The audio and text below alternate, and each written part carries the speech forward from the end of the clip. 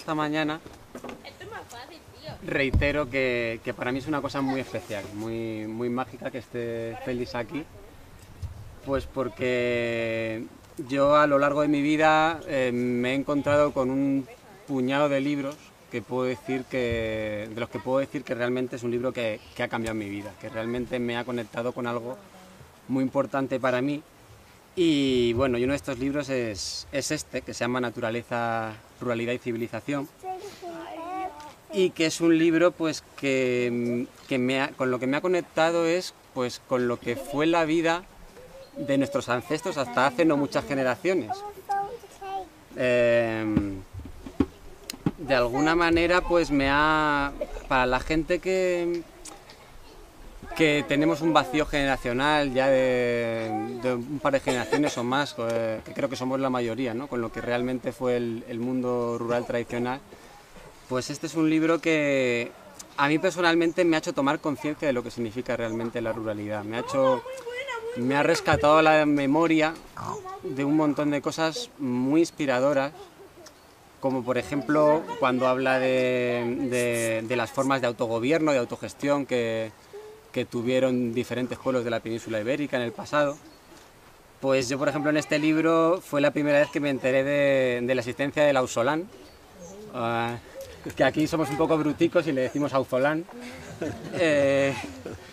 Pero bueno, Pablo recordará muy bien aquella inolvidable conversación que tuvimos con los compañeros del proyecto Germen, hablando precisamente sobre el ausolán, y de la que surgió la idea de hacer aquí hace un año un campo de trabajo, y de este campo de trabajo pues surgió algo tan bonito como es el proyecto de comunidad intencional que hay ahora mismo aquí y de rehabilitación de esta aldea, ¿no? Pero bueno, más allá de eso, yo lo considero un libro que nos aporta una visión muy reveladora de lo que ha sido la historia de nuestra tierra, pues desde la Alta Edad Media hasta tiempos muy recientes, ¿no? Hasta el éxodo que ya supuso la desaparición definitiva del mundo rural tradicional. Y entonces, pues eso, para mí es muy mágico poder tener aquí a Félix en este entorno, en esta tierra en el que el éxodo rural fue tan dramático, en el que más del 90% de la población emigró en los años 60, y en el que hay muchas aldeas abandonadas como esta, ¿no? que una vez bullieron de vida y que fueron abandonadas, y que ahora pues estamos asistiendo a la siembra de las primeras semillas de una nueva vida, ¿no? de lo que es el intento de una nueva vida. Y bueno, pues eso es lo que yo quería decir. ¿Qué te apetece a ti compartir algo más? Bueno, yo también la verdad es que conocí a Félix a raíz del 15M, de un libro suyo que se llama Pensar el 15M. Entonces, aquel libro me impactó porque fue decir las cosas que yo pensaba y verlas ahí escritas, y decir las cosas que casi nadie se atreve a decir, ¿no? Entonces, para mí, decir Félix es redescubrir la historia debajo de todas esas mentiras que nos han contado, es creer que existe ese pasado en el cual era más importante llevarse bien con el vecino que competir, es creer en la autogestión, es creer en que el proceso asambleario es posible. Es todo eso, ¿no? Y que eso existe, que ha naufragado en todas esas cosas y ha visto, son hechos, no es una hipótesis, sino que realmente existe. Igual que Casilda, la madre de John, también ha naufragado en toda la arqueología para demostrarnos que esa complacencia en la vida humana y que ese estar conectado en la naturaleza y unos con otros es posible. Entonces, a mí también me emocionan mucho los libros de Félix y le estoy muy agradecida. Bueno, muchas gracias, Belén. Muchas gracias. Que antes de entrar voy a hablar muy brevemente de dos libros que no tienen que ver con la temática rural, pero que para mí son importantes. Uno de ellos es este, que soy coautor con una mujer. La cuestión de la mujer aquí es planteada de otra manera, bastante diferente. También hay mucha referencia al mundo rural, pero el tema básicamente es la idea de la mujer, cómo enfocar el patriarcado y tal. Ahora su coautora hará la segunda parte. Esto es el primer tomo, ella quiere hacer la segunda parte. Yo ya del proyecto lo dejo en sus manos, no porque no esté de acuerdo, sino porque es su proyecto. Yo solo me sumé ahí de una manera inicial, ¿no? Luego estoy muy contento de haber conseguido rescatar a un clásico que no se publicaba desde 1937. Este es un libro sobre filosofía existencial, el sentido de la vida, de un autor que se llama Félix Martí Báñez. Es un librito muy pequeño, la mitad es el prólogo que le hicimos un amigo y yo, Carlos Lucas y yo, y la otra mitad es el texto. Es un libro para leer reflexivamente y leer muy despacio, ¿no? Porque es verdadera filosofía. Hoy ya no se escriben libros así, ¿no? Este hombre era un filósofo, aunque era médico de profesión. Sí, yo doy fe, ese libro me encanta. Era médico, igual que Belén, ¿no? Que lo he leído yo porque me impactó el título, ¿no? El sentido de la vida, porque yo muchas enfermedades creo que vienen de no encontrarle el sentido, tu sentido a la vida, ¿no? Entonces en ese libro habla justo de eso y es muy interesante. Bueno, entrando ya en el asunto del mundo rural inmediato, o sea, del que desaparece hace 40 años, en algunos sitios hace menos años, ¿qué podemos decir de él? Bueno, pues imaginemos cómo sería la vida aquí, en la aldea esta, en esta aldea hace 40 años, ¿no? No tengo datos, porque yo no sabía que esto existía hasta hace una semana o así, cuando yo me mandó un mensaje, y no he podido investigar nada, ¿no? Pero tipológicamente se pueden sacar algunas conclusiones. Es importante hacerse preguntas sobre qué sucedió, ¿no? ¿Por qué 6 millones de personas entre el año 1955 y el 72 abandonaron las aldeas para irse a las ciudades? 6 millones, más o menos. Con la peculiaridad que era la población joven de la época, en edad de procrear, y en las aldeas se quedó la población mayor. En 60 años hemos pasado de que el 50% de la población sea rural, a hoy no llega ni siquiera al 3%, el 2,7%. Esos son cambios fundamentales. El cambio del campo a la ciudad no es solamente un desplazamiento de lugar, sino una forma distinta de entender la vida y de entender al ser humano. Si no entendemos eso, no comprendemos nada. Hace poco estuve en un debate en Cataluña sobre alimentos sanos, insanos y tal. Y bueno, pues formamos allí un grupo de gente que se supone que nos iban a hacer preguntas, ¿no? Y una persona del fondo me preguntó, ¿qué tenemos que hacer para volver a tener alimentos sanos? Allí había gente, cocineros, panaderos, había de todo, sí, cocineros organizados había.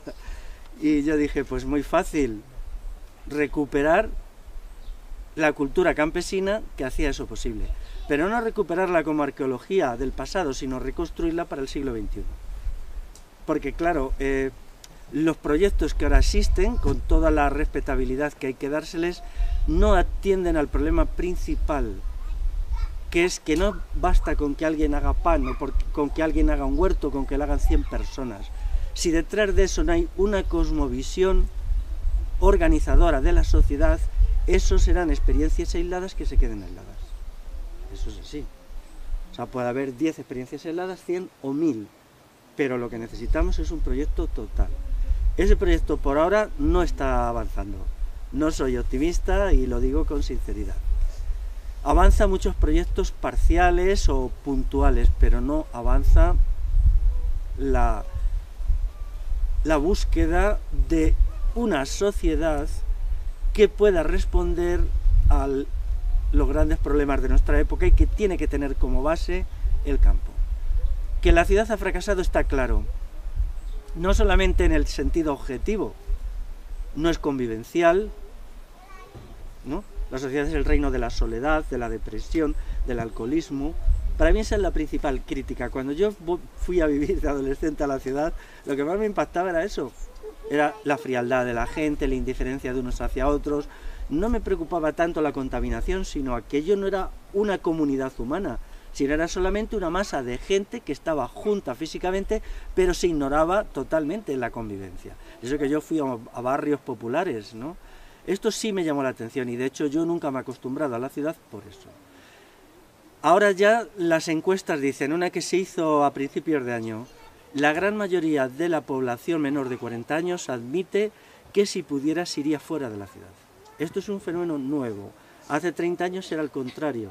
La ciudad era el bien y el campo era el mal. Ahora, aunque esto tiene muchos elementos que hay que considerar, bueno, las cosas no son tan bonitas, pero al menos verbalmente la gente ya no cree en las ciudades. Sería lógico, por lo tanto, que en una situación así se hiciera una propuesta global de, digamos, recuperación de un modo de vida rural que respondiera a los grandes problemas. Esto por el momento no se está haciendo. Mi libro lo intenta, pero mi libro es solo un libro. Es verdad que está teniendo mucha continuidad y hay muchos proyectos ahora que en cierta medida conectan con él, ¿no? Pero mi libro es... hace poco, bueno, lo tengo que contar porque si no... había un documental por ahí sobre el mundo rural, ¿no? Y entonces, pero un documental muy bien hecho y además que está circulando por todo el mundo, porque... y entonces en la mesa había productos agrícolas de un hortelano, ¿no? Y entonces, inadvertidamente, entre cestas de tomates, pimientos y tal, estaba mi libro. Pero no lo habían puesto allí para, vamos a ver, para hacer publicidad, no, si yo a esa gente ni la conozco, no. Luego me puse a averiguar, no, sino simplemente porque lo estaban leyendo, ¿no? Y entonces cuando llegó la gente que le grabó, pues pusieron el libro en la mesa, ¿no? Bueno, eso es muy importante, claro, uno escribe siempre un libro para que sea entendido, para que sea apreciado y también para que sea continuado. Yo respecto a Galicia, estamos muy lejos de Galicia, ¿no? Pero aquí este libro se refiere a lo mismo. La sociedad rural gallega era muy peculiar, tenía unas características muy impactantes. Y yo lo sabía, entonces pues fui recogiendo mucho material que no me atreví a meter en este libro. No quería meterlo porque no estaba seguro. Y entonces surgió un grupo de amigos de Galicia que me dijeron, venga, si tú le escribes, nosotros te lo corregimos, para que no metas así la pata en cosas gordas de Galicia, porque yo Galicia la conozco muy poco, y te lo editamos. Y así ha sido, y ha sido un éxito. Esto ya es la tercera edición. Es la tercera edición y también está conectando muy bien con la añoranza de mucha gente sobre la ruralidad gallega, que es una añoranza que tiene gente de menos edad, puesto que la Galicia rural se derrumba en los años 90. O sea, allí puede haber gente de 35 años que añore su infancia rural, y de 40. O sea, a esa edad todavía hay gente que tiene una experiencia directa, no como aquí, que ya, pues bueno, gente menor de 60 años es muy difícil que la tenga. Hay casos, pero es poco, ¿no? Porque aquí el proceso de destrucción se hizo antes, allí tardó 15 años en hacerse. Mi preocupación por el mundo rural no solamente se refiere a lo que es lo natural, sino también a los seres humanos y a la historia. Eso es muy importante. Los seres humanos somos parte de la historia, no solo de la naturaleza. Aquí hay una visión equivocada, por ejemplo, esta visión equivocada la tiene el señor Serge Latouch. Entonces, pues bueno, vamos a ver, los seres humanos no somos solo seres naturales. Esto no es verdad. Nuestra vida no se agota en comer alimentos sanos, en beber agua sana, en no tener ruidos horripilantes. No es verdad eso.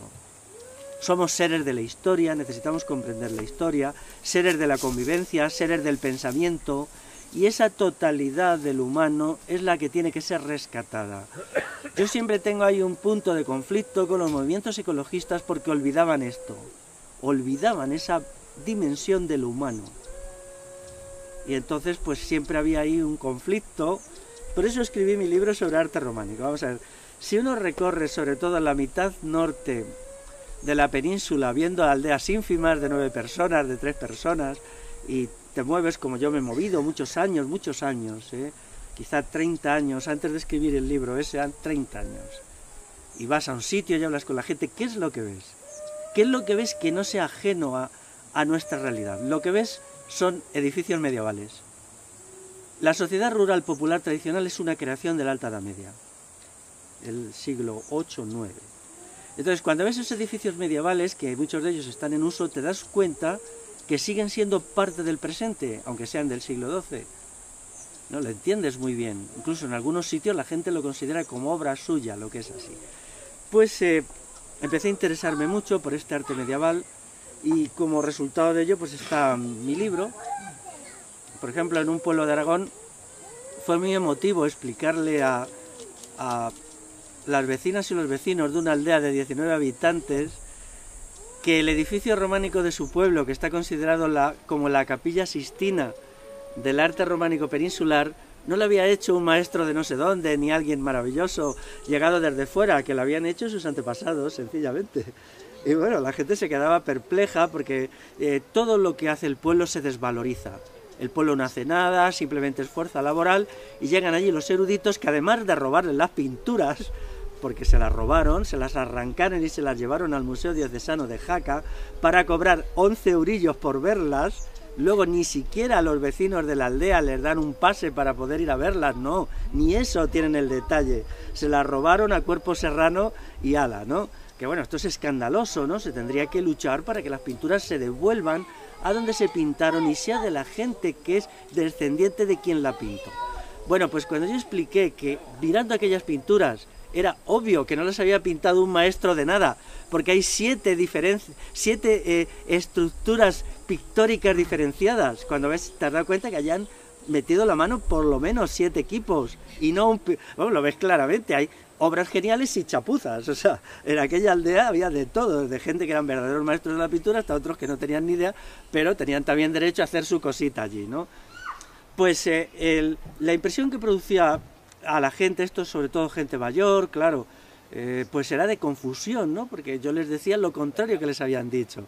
Pero para mí fue un gran momento poder haber estudiado esas pinturas y haberles explicado esto, que bueno, pues es muy interesante. Este libro introduce muchos elementos, es un libro complicado, yo reconozco que es complicado. Si a alguien le interesa, por ejemplo, la filosofía medieval, tiene algo de filosofía medieval. Si a alguien le interesa, por ejemplo, la historia de la erótica, pues también tiene. Observar esto, ¿no? Esto es muy importante, esto siempre lo hago porque es mi venganza, ¿no? Contra los que mienten sobre el mundo medieval. Esto es una iglesia de Cantabria, se llama Cervatos. Y bueno, como dice un amigo, dice, es pura pornografía, Félix. Digo, sí, pura pornografía. Bueno, hay muchas más. Entonces, cuando uno ve esto, toda la mentira, todas las falsificaciones sobre aquel mundo se vienen abajo, ¿no? Yo quería hacerlo así. También he incluido 21 láminas con esa misma intención, ¿no? Pero yo creo que este texto es complementario con el de Naturaleza, Ruralidad y Civilización, aunque en cierta medida pues es solo parcialmente complementario. Luego dice esto también con Latouche, la teoría decrecentista. La teoría decrecentista tiene este problema, no considera a los seres humanos como seres humanos integrales. O sea, si a mí alguien me dice que si quiero vivir en una sociedad donde los alimentos sean sanos, y solo eso yo diré que no. Eso está bien para las vacas, pero los seres humanos necesitamos otra cosa. Precisamente lo que tenía el mundo rural que se destruyó es una compleja cosmovisión. Llevaría muchas horas entender cómo ellos interpretaban los elementos fundamentales del mundo. ¿Qué idea tenían del nacer? ¿Qué idea tenían del morir? Si alguien cree que eso era una transposición de la idea de la Iglesia, se equivoca, ¿eh? Se equivoca. Cada vez más hay estudios que demuestran que eso no es así. Eso no es así. Tenían una idea de la convivencia, una idea del amor, que era su idea propia. Eso entra en crisis en los años 60, 70, 80. Entonces, las interpretaciones de los urbanitas, como el profesor Latouche, pues no entienden esto y quieren crear algo que es imposible crear. No puede haber una comunidad humana que no considere la totalidad del humano. Es imposible. Tal vez dentro de 500 años, cuando el humano haya sido destruido por el actual sistema de dominación, se puede hacer. Bueno, que es lo más probable. ¿Cómo? Un poco antes. Bueno, 190. sí, o quizá 100 años, o quizá 50, sí. Bueno, y luego esto está, la editorial Kawak, que está aquí, hizo este libro, la portada es preciosa. Esto es solo el capítulo último, penúltimo, del libro Naturaleza, Ruralidad y Civilización, sobre la forestación, con un prólogo que yo hice. Esto y el libro verde es lo mismo, pero el prólogo no, cuidado. El prólogo, esta es la primera vez que yo dejé el punto de vista objetivo e imparcial para definir mi estado emocional con los árboles. La primera y hasta ahora última vez que lo he hecho. O sea, porque yo hago libros desde el criterio de imparcialidad y objetividad, con investigación y tal. O sea, no hago autobiografía, ni hago nada de eso. Pero aquí sí quise hacerlo. Y ahí quedó. Bueno, vamos a ver, ¿qué podemos saber de la gente que vivió aquí? Yo he recorrido un poco esto, está claro que esto no era una aldea estrictamente, sino era como una pedanía o un barrio. O sea, aquí falta algo sustantivo de la época, que era una iglesia. No hay una iglesia, y eso es significativo. Viendo las casas, yo creo que las casas que observamos es una construcción del siglo XVIII. Probablemente antes aquí no hubiera gente, no significa que no lo pudiera haber en el siglo VIII o en el siglo III, pero las casas estas a mí me suena que son del siglo XVIII. En el siglo XVIII es un momento de expansión poblacional. Durante el siglo la población de la península ibérica se dobla. Es una época de estabilidad, de avances, y se dobla. Por ejemplo, en Galicia hacen algo asombroso. Yo cuando eso lo leí me quedé, digo, no me lo puedo creer. La historia a veces te demuestra que ni la imaginación más calenturienta de los novelistas lo logra. El campesinado gallego en el siglo XVIII consigue incrementar el 50% los rendimientos de la tierra sin introducir maquinaria, sin hacer nada especial, con alguna forma de cultivo y de trabajo que no conocemos. No hay duda que lo logró. ¿Cómo lo logró? No lo sabemos. Cuando llegan los listos de turno y nos dicen que vivía en la miseria, que era conservador y tal, completamente mentira. Ellos hicieron una verdadera revolución verde, una revolución verde. Sabemos algunos elementos parciales, mucho abono vegetal, pero en conjunto no sabemos cómo lo hicieron. Pero sí sabemos que en algún momento, hacia 1710, el campesinado gallego, de alguna manera que no ha quedado registrado en un documento, decidió entrar en una fase de incremento de los rendimientos por unidad de superficie, porque no hubo tampoco aumento de la tierra cultivada. Entonces, la interpretación del mundo rural tradicional como rutinarios, apegados a la tradición, es falsa. Ahora mismo, con toda la química y la maquinaria, no se han logrado esos resultados. Bueno, esos resultados ni mucho menos. A ver, me vais a permitir alguna cosa de autobiografía. Yo recuerdo hace muchos años, cuando yo discutía con mi padre y mi madre, que eran de aldeas castellanas distintas, sobre los rendimientos del cereal. Daban unos rendimientos tan altos, mi madre para su pueblo, para su aldea, y mi padre para el suyo, que yo no me lo creía. Y estuve años, no, eso no puede ser, porque los libros de agronomía dicen que eso no puede ser. Hasta que ya por fin conseguí un libro que estudiaba el mundo rural castellano, y él lo admitía. Lo admitía, decía que era verdad. Ahora mismo, bueno, es un misterio muy misterioso cómo son los rendimientos de cereal. Ahora mismo con la agricultura quimizada, pero esos eran muy interesantes, unos rendimientos bastante altos, ¿no? Pero ¿hasta qué punto te agarran los dogmatismos de la sociedad actual y te impiden entender lo que tienes delante de los ojos? Es más, lo niegas y te niegas a aceptarlo. Eso es como funcionan las sociedades actuales, que funcionan por dogmatismos. Son una idea abstracta que te la clavan en la cabeza y ya eres ciego a los hechos y a la experiencia. Completamente ciego. Ya solo ves los dogmatismos que están metidos. La destrucción de los dogmatismos es un elemento de liberación. Nosotros tenemos que crear una sociedad del futuro que, además de ser medioambientalmente sana, sea sin dogmatismos, como yo digo, sea ateórica. Las teorías solo sirven para cegarnos. Y yo, como lo he vivido en muchos aspectos, ahora me doy cuenta, ¿no? Bueno, vamos a ver. Este lugar yo entiendo que se repobló en el siglo XVIII. Vinieron aquí quizá 15 casas, me decía anoche alguien, ¿no? ¿Para qué vinieron? Bueno, yo tengo mi hipótesis, puede ser una tontería, ¿no? Pero tengo mi hipótesis. Yo entiendo que aquí probablemente vinieron a trabajar el lino. Sí. Vamos a ver, el lino, ahora mismo todos los ríos llevan a lo mejor la 10ª parte del agua que llevaban hace 200 años. Imaginaos el río actual llevando 10 veces más agua que ahora. La capa freática ha bajado mucho y entonces, bueno. El lino necesita agua para regar, pero necesita algo más, que necesita lugares donde se pone, cuando tienes ya el lino, se le descorteza nada, se mete en agua y la corteza se va cayendo y ya queda la fibra libre que luego se trabaja, ¿no? Me apunto a eso porque en el siglo XVIII hubo una expansión muy grande del cultivo del lino. O sea, el cultivo del lino se expandió mucho, en gran medida porque los barcos de la época, tanto los de guerra como los mercantes, necesitaban, había muchos más barcos, por ejemplo, para hacer la travesía a las Indias. ¿No? El comercio americano se expandió mucho y entonces la marina pagaba muy fuerte, muy alto el lino, porque necesitaban para las velas.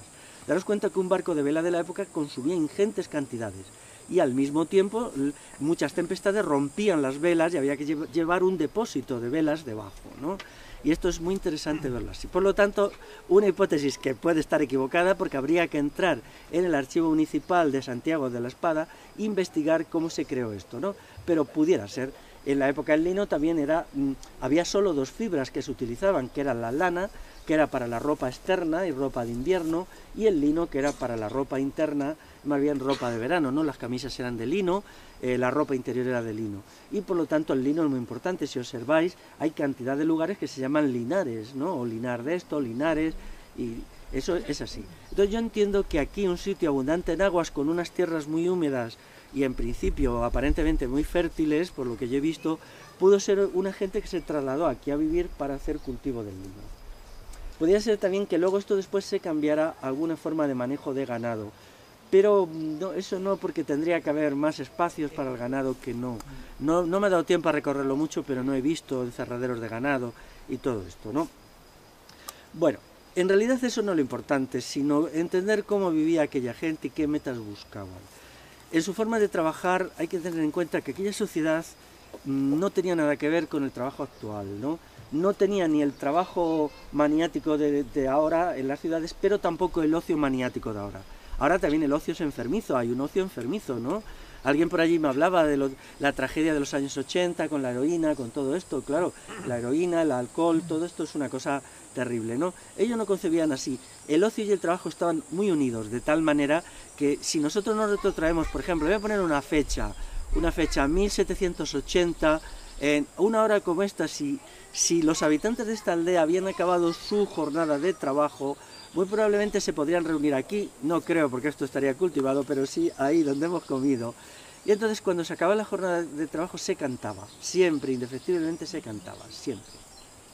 Sobre todo si se acababa un trabajo que era importante, por ejemplo la recogida del lino o otro similar, entonces se hacía un tiempo bastante importante. Y eso no era una forma de cantar o de recitar romances hecho por alguien que sabía en relación con alguien que no sabía, sino que era un porcentaje importante de la gente que lo hacía. La vinculación ocio-trabajo era total. Hay descripciones de la época que nos hablan de cómo incluso según iba haciéndose el trabajo se cantaba y se paraba. De repente alguien iba avanzando en el trabajo de la recogida, se ponía de pie y cantaba 1 minuto, 2 minutos, indistintamente fuera hombre y mujer, ¿no? Yo esta mañana me he ido andando a Santiago de la Espada para buscar algún libro y lo he encontrado, ¿no? Y yo la mayoría de los libros que cito aquí los he encontrado no en bibliotecas estupendas, que estos libros no se valoran, se desprecian, muy pocas veces los encuentras en las grandes bibliotecas, porque son obra de eruditos locales. Los eruditos locales son una gente maravillosa, ¿no? Yo recuerdo una vez que fui a un pueblo y lo que aprendí de un libro hecho por el erudito local del pueblo, que era el cartero del pueblo, ¿no? Entonces era estupendo, ¿no? Alguien que es cartero y al mismo tiempo lleva 25 años recopilando información sobre su pueblo, un pueblo de 1000 habitantes con una iglesia románica muy chula. Bueno, y entonces pues cuando le preguntas, bueno, y era un pueblo de Toledo, que esto es maravilloso. Cuando yo fui solo hace 3 años, allí un hombre que era profesor de GB jubilado, me quedé anonadado porque él de la investigación que había hecho sobre su pueblo, sobre el concejo abierto de su pueblo, llegaba exactamente a las mismas conclusiones que yo había llegado, ¿no? Y a mí aquello me produjo una emoción muy profunda, porque cuando ves que en algo al menos, como te has atenido a la objetividad y no has hecho fantasías, te encuentras de repente que yo ya ni pasaba por allí. Entonces alguien que llega a las mismas conclusiones, ¿no? Y te va diciendo, sí, sí, esto era así, y yo le pregunto, ¿y esto de dónde lo has sacado? Dice, del archivo municipal. Entonces es muy importante, además llevaba las mismas conclusiones sobre la revolución liberal, cómo la revolución liberal destruye los elementos de asamblea que había en las aldeas, cómo les vinculan a la capital de provincia autoritariamente, cómo el gobernador civil les obligaba a hacer. Bueno, era un texto breve que lo habían editado para las fiestas del pueblo para regalarlo a los vecinos. Bueno, toda esta sabiduría, por desgracia, que no se valora, y hay muchísimos libros. Por ejemplo, mi mejor información sobre la serranía de Cuenca, yo la saqué de un libro que entré a un bar y lo vi allí y dije, ese libro me interesa, pero lo tenían allí puesto al lado de las botellas de coñac y cosas de estas, ¿no? Que lo había hecho, sí, o en tiendas, entras a una tienda a comprarte a lo mejor 1 kilo de manzanas y de repente pues alguien ha puesto allí un libro, ¿no? Pues lo que he conseguido esta mañana es muy interesante, ¿no? Porque se llama De Segura a Trafalgar. La destrucción del bosque tradicional aquí, vamos a incluso hacer un pequeño homenaje a...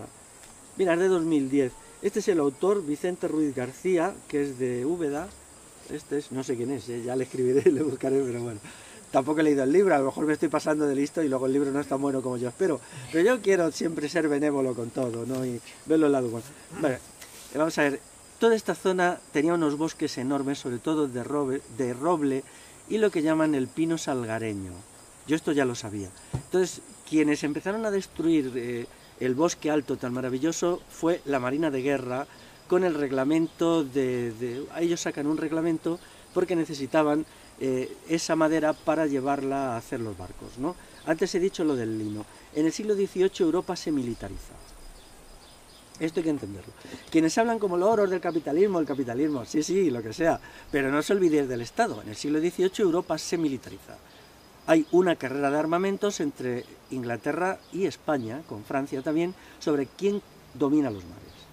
Eso significa básicamente tres cosas: que montones de árboles se van a cortar para hacer barcos, en segundo lugar, que muchos terrenos se van a dedicar a linares, y en tercer lugar, que mucho bosque alto se va a destruir porque hay que convertirlo en carbón vegetal para fundir los cañones. En la época, un buque de guerra normal llevaba 90 cañones. Daros cuenta lo que esto significa cuando cada cañón de aquellos podía ser 3 o 4 toneladas de peso. Y eran cañones que se estropeaban bastante pronto, porque con los disparos perdían la boca se iba erosionando y entonces había que quitarlos. Hay zonas de Cantabria que la construcción de cañones las deforestó completamente. O sea, se cogía la madera, se hacía carbón vegetal y luego se llevaba. Bueno, entonces, esta carrera armamentística del siglo XVIII va a ser letal para este territorio. Este territorio, con la ordenanza de Montes de Marina en 1748, pasa a depender directamente de la Marina de Guerra. Significa que todo atentado a las normativas que ellos ponían pasaba a ser juzgado por las leyes militares. Este asunto no está bien estudiado, espero que este libro lo estudie, pero yo he leído estudios parciales donde dice que eso significaba que le robaban los montes a la gente. O sea, la gente tenía que pedir permiso para cortar un triste árbol de los montes que habían suyos, que desde muchos siglos eran suyos, que ellos los gestionaban desde el concejo y por lo tanto hubo una especie de insurrección popular. Aquí se hablan de cuerdas de presos, de gente que les llevaban a juzgar o a Cartagena o a Sevilla y que luego después les condenaban a veces a muerte y a veces a largas penas de presidio, pero en sitios tan exóticos como Filipinas. O sea, esto es terrible, ¿no? Nadie volvía de Filipinas. O sea, nadie. O sea, primero porque el viaje duraba un año y luego que muy poca gente se adaptaba al clima aquel.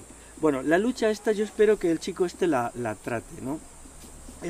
Así es como empieza la destrucción del bosque alto, pero también la pérdida de la autonomía de las comunidades campesinas. O sea, y el elemento fundamental que hace esto es el ejército, es el Estado.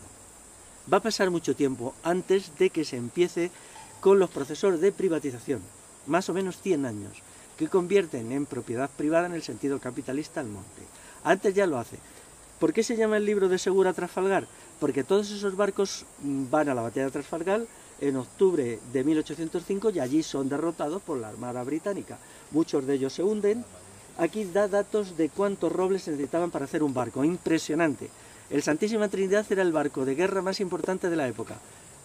El mayor de todos. Ni los ingleses tenían un barco tan grande. Yo no sé para qué hacían barcos tan grandes. Me parecía inoperante militarmente, pero bueno, allá ellos sí son locuras, ¿no? Sí, quizá, o bueno.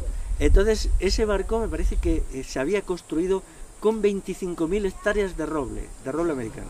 25. Pero daros cuenta es que estos barcos necesitaban estar constantemente en reparación. Constantemente necesitaban madera y más madera y más madera. Entonces eso fue como una especie Mira, aquí hay una foto muy interesante que es cómo se bajaba la madera. Quizá la gente que sois por aquí, vuestros abuelos hayan contado, ¿no? Todos los gancheros, se les llamaba gancheros, yo no sé si en esta zona, en la zona de Cuenca, sí. Mira, esta foto es cómo iba el río Segura a principios del siglo XX, que no se veía el agua, de la cantidad de madera que bajaba. Ya en la época, obviamente, los barcos ya se construían más bien con casco de acero, pero también exigían mucha madera para el interior y tal, ¿no? Bueno, pues aquí es muy importante, ¿no? También otro tercer momento de destrucción de aquí del bosque alto es el ferrocarril. Después de la guerra civil, la red ferroviaria queda muy dañada y entonces la mayoría de las traviesas se sacan de esta zona. Esta zona se vuelve otra vez a devastar en los años 42 a 48 y no hay datos de cuánto, pero son millones. Yo en otro libro mío que está agotado, calculé cuánto había costado hacerlo en árboles, lo básico de la red ferroviaria, los 8.000 kilómetros, cuánto habían costado. Entonces, bueno, calculo, ya no me acuerdo, pero millones de árboles, claro, porque entonces había que poner me parece que era cada 40 centímetros había que poner una traviesa, ¿no? Daros cuenta, multiplicar 8.000 ¿no? 8.000 por volverlo a metros, y más o menos cada metro llevaba 3 traviesas. Bueno, ¿qué significa todo esto? Que la modernidad va erosionando el medio natural. O sea, aquí el clima cambia. O sea, hay algún estudio. Luego hay otra cuarta desgracia, que es la sustitución del bosque por el olivar. Ayer cuando veníamos aquí me asombraba hasta qué punto en terrenos tan en cuesta como estos se han puesto olivos. Eso es aberrante. Yo entiendo que la olivarización de Jaén fue catastrófica medioambientalmente, porque se sustituyó árboles que emiten una gran cantidad de vapor de agua a la atmósfera por un árbol que emite muy poquita, como es el olivo, con la agravante de que durante años el olivo era pequeño, porque claro, primero se arrasaba todo y luego se ponía el olivo. Cuando es un pequeño plantón, aunque tenga 3 o 4 años, o si se pone, no es capaz. Entonces, o sea, los efectos que todo esto ha tenido que producir medioambientalmente son devastadores. Entonces, cuando luego llegan los expertos y te dicen que la culpa es de las cabras, entonces es que te indignan, ¿no? Porque te dicen, no, es que las cabras... Bueno, hay un señor en Cantabria que él fue cabrero toda su vida. Es un libro maravilloso. Él escribió un libro, no lo escribió él, sino que a él le grababan y escribía su nieta, me parece que era. Entonces él explica que esto no es verdad, ¿no? Entonces vemos todos los hitos con que la modernidad ha destruido el mundo rural en el aspecto natural, pero ha sido todavía peor cómo ha destruido las relaciones entre las personas. Es decir, el mundo rural se empieza a caer abajo en la misma época. Cuando la Marina de Guerra Española ve que en estas sierras de Segura, Cazorla, Las Villas hay una resistencia fuerte, entonces se da cuenta que no puede dedicar tantas tropas al control policial, porque entonces, claro, no le quedaba para los barcos, y entonces Inglaterra ganaba, ¿no? Esto es una cuestión de estrategia elemental. Entonces lo que se ocurre es una idea muy maquiavélica, que es destruir la comunidad rural desde dentro para que no haya esa resistencia. Es decir, si la comunidad rural aquí ya no es compacta, ya es una comunidad unida que se enfrenta al enemigo como una sola persona, entonces eso es lo que explica el inicio inmediatamente de los mecanismos que en el siglo XVIII van a ir destruyendo la comunidad campesina. ¿Cómo la destruyen? Uno de los elementos sustantivos es por el individualismo, la introducción del individualismo, porque el individualismo la revienta desde dentro. Es decir, cuando alguien ya no se siente vinculado a esa comunidad, sino a sus propios intereses, y está esperando que el vecino de al lado se muera para comprarle las tierras, entonces ya el Estado ha ganado. Antes no sucedía así. Esto es muy importante. O sea, la ayuda a los enfermos se llevaba a rajatabla. Si alguien no podía atender a sus labores con la ganadería o con tal, se le ayudaba. Pero claro, eso significaba que esta comunidad era muy estable, porque era muy difícil que nadie pudiera arruinarse. Eso se podía hacer, se hacía por turno y cada día ayudaba a un vecino. Eso se ha atendido hasta hace mucho tiempo. Sin embargo, cuando cambiaba la mentalidad ya no era así. Entonces las comunidades se fueron diferenciando. La tierra se fue concentrando la propiedad en una minoría y la gran mayoría fue perdiendo. Como la base económica del colectivismo y de la ayuda mutua era el comunal, pues el comunal se empezó a atacar. Ya hay una primera ley anticomunal de 1770. Daros cuenta que eso solo se diferencia de 1748 en 22 años, ¿no? Los que tienen una interpretación economicista de la historia, que todo lo interpretan a través de la economía, se equivocan. Yo entiendo que esa ley de Carlos III, de 1770, es la respuesta del Estado a la desesperada resistencia que habían encontrado al intentar apropiarse de la madera para la Marina de Guerra. No me voy a extender aquí con explicaciones muy largas y pesadas, pero si se estudia la batalla de Trafalgar, uno se da cuenta que el foso entre el pueblo y el Estado era enorme en lo que llaman España. Podían robarles la madera, pero no conseguían que casi nadie se fuera voluntario de marinero, y entonces los barcos estaban muy mal manejados, había muy poca gente competente. tenían que acudir a mendigos que los llevaban a la fuerza, a sacar gente de las prisiones. Esto es una cuestión fundamental, porque se veía muy claro que la gente de aquí tenía muy en la cabeza quién era su enemigo. Es decir, no había recluta. 3 días antes de salir la flota de Trafalgar no tenían gente. Y entonces tienen que acudir a los presidios, a capturar a los mendigos por los alrededores de Cádiz y a meterlos a la fuerza.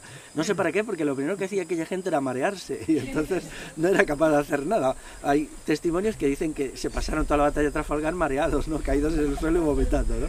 Pero claro, había que cumplir un mínimo porque si no los barcos no podían salir, ¿no? Bueno, esto tiene explicaciones muy importantes, ¿no? Una característica de la península ibérica que viene del mundo medieval es lo compacto que eran las comunidades campesinas. Aquí eran muy compactas, estaban muy unidas. Y eso no es algo dado, es algo que se construye día a día. Vamos a ver. Aquí había la fiesta. La fiesta era una forma de agrupar a la gente, muy fuerte. O sea, cuando vayáis por ahí veis una ermita donde se reúne gente de diversos pueblos, no os riáis, aunque seáis no creyentes, yo no soy creyente desde siempre, ¿no? Pero considerar que aquí no había un acontecimiento solamente religioso, sino había un encuentro de las comunidades rurales de la comarca que estaban unidos y se unían en fiestas. Y esa fiesta tenían un ritual muy elaborado, y había un intercambio de música, un intercambio incluso de alimentos, de tal manera que eso se llevaba a rajatabla, y si no se hacía eso, porque la convivencia no surge de la nada, la convivencia surge de tener algo en común, que es el comunal, de tener un proyecto de vida en común, y ese proyecto tiene que ser comarcal. Hace poco estaba visitando una iglesia del Prepirineo catalán con unos amigos que conocen mi libro de románico. Bueno, la iglesia no tiene culto, en realidad solo se visita por la importancia histórica y estética, siglo IX y X. Y en cuanto que entramos a la iglesia, que es muy pequeña, yo creo que los que estamos aquí no cabríamos allí. Yo iba un poco distraído y alguien me dijo, fíjate, Félix, tiene un pollo corrido. ¿Entendéis lo que esto quiere decir, no? Vamos a ver, la iglesia tenía un pollo corrido, ¿sabéis lo que es un pollo corrido? Entonces eso significaba que era un lugar donde se encontraban las comunidades campesinas de esta parte del Pirineo catalán y tenía una estructura apta para un encuentro asambleario. Es decir, eso es, un encuentro asambleario de tal manera que la gente podía hablar viéndose las caras, o sea, viéndose las caras en el pollo, ¿no? Esto yo lo he visto en muchos sitios, porque, vamos a ver, no se puede vivir solo a nivel de aldea. La aldea se sitúa en un marco que es un marco, comarcal, ¿no? Y había encuentros comarcales. Precisamente el mundo rural empezó a ir mal cuando esos encuentros comarcales empezaron a dejarse de hacer. En algunos sitios empezaron ya a dejarse de hacer en el siglo XIV y XV, en otros en el siglo XIX. Mientras esto se hacía, el poder de las autoridades del Estado era débil. Tenían enfrente un mundo muy compactado. En segundo lugar, había muchos sistemas de ayuda mutua que iban de lo pequeño a lo grande. Por ejemplo, el fuego. En la época no había cerillas, claro. Y entonces siempre había una familia que se encargaba, a veces por turno, de tener el fuego encendido y no lo podía apagar. El fuego era peligroso, entonces las casas estaban hechas de madera.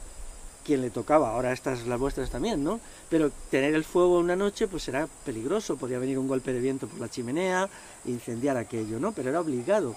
¿Por qué? ¿Y si alguien se ponía enfermo y se necesitaba, o había una parturienta, se necesitaba agua caliente a las 4 de la madrugada? Cada cual sabía en la aldea quién tenía fuego, iba allí, le pedía fuego, llevaban una especie de latitas o tal, unas brasas y lo hacían. Entonces todo, o por ejemplo, cómo se conservaba la levadura madre, no la conservaba todo el mundo, alguien la conservaba para hacer pan. Entonces había un sistema muy elaborado y ese sistema tenía una gran eficacia. La gente que dice que eso no era eficaz, mienten, era súper eficaz. De tal modo que había muy poco tiempo de trabajo necesario. Esto es una cosa comprobada, yo en mi libro de naturaleza lo explico. En primer lugar había 150 días de ocio al año. Lo que pasa es que no era un ocio embrutecedor como ahora. Todavía en aldeas pequeñas podéis ver cómo era el ocio. Los mozos y las mozas del pueblo salían y hacían una diana, podían hacer una música a 1 hora de la mañana, eso se conserva todavía.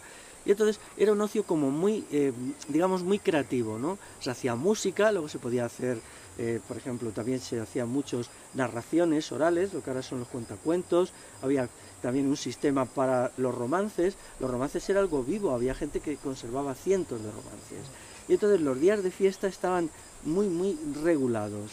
Y entonces cada cual se incorporaba a aquella fiesta que le apetecía participar, ¿no? Luego había también mucho tiempo que no se hacía nada. La época invernal había muy poco trabajo que hacer, salvo cuidar al ganado y quizás hilar o hacer cosas así. Entonces había también muchos sistemas para la reunión en las casas. Esto, según comarcas, tenían las cocinas grandes. No eran, la gente dice, las cocinas grandes será porque la familia era muy numerosa. Bueno, esto aparte es mentira, ¿no? Eran para que vinieran los vecinos. Entonces allí los vecinos se reunían 15 o 20. Quiere decir que es mentira, porque ya está muy claro que demográficamente en el siglo XVIII la familia promedio eran 2,3 hijos, 2,1. No había, las grandes familias es un fenómeno del siglo XIX y tiene una explicación. Una vez que la solidaridad campesina se viene abajo porque se han introducido elementos de privatización, la familia queda, digamos, librada a su suerte. Entonces ya no estaba la comunidad que les iba a ayudar en su vejez, ya se había introducido un elemento de conflicto, entonces se tenían hijos para que te cuidaran. Mientras que antes no, antes es muy alto el porcentaje. Yo he hecho estudios demográficos, en el libro La mujer viene, ¿no? Y había un alto porcentaje de gente en el siglo XVIII que no tenía hijos, hasta un 23% de las familias no tenían hijos. Bueno, cuando llegaban a una edad adulta, ¿qué pasaba? Había una solidaridad muy fuerte entre, ¿sabes? Y se cuidaba a la gente.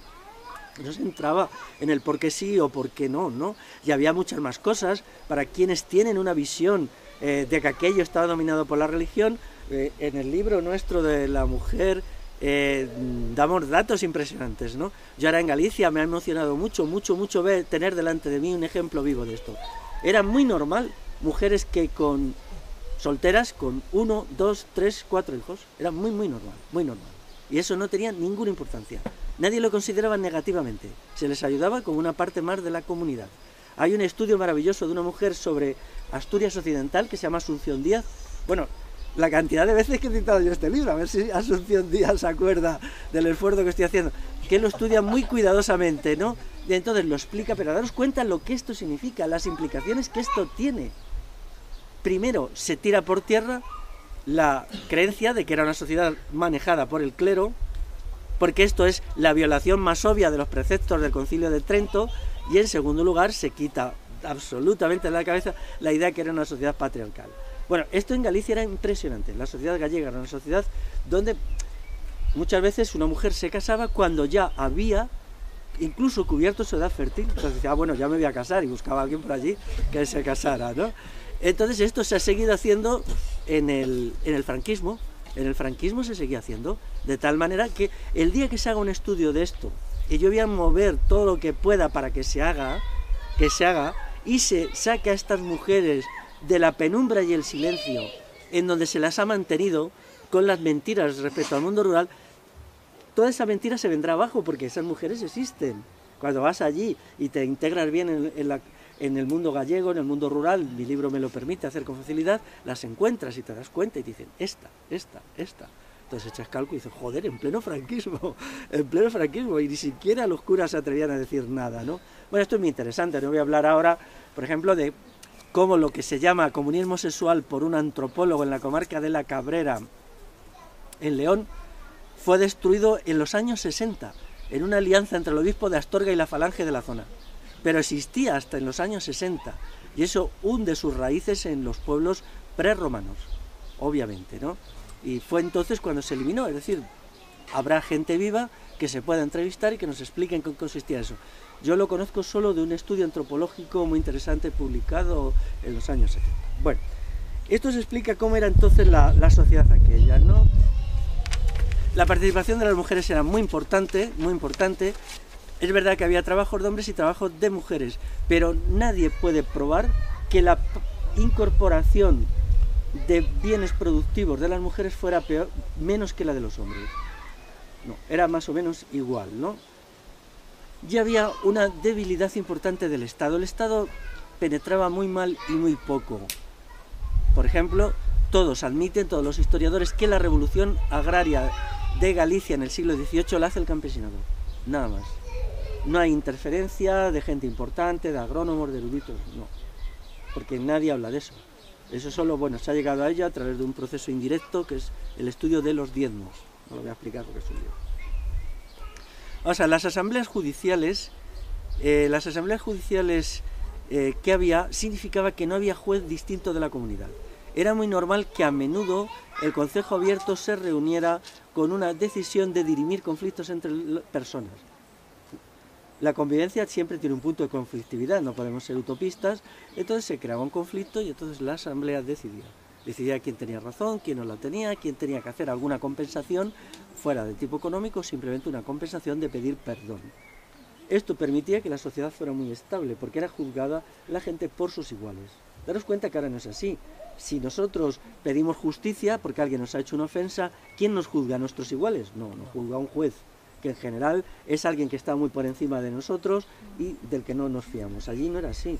Y es más, era simplemente, si era necesario, se hacía una votación sobre quién era de las personas agraviada o el agraviador la que tenía razón. Entonces tenían una capacidad de autonomía que iba mucho más allá de lo económico. Y se establecían normas.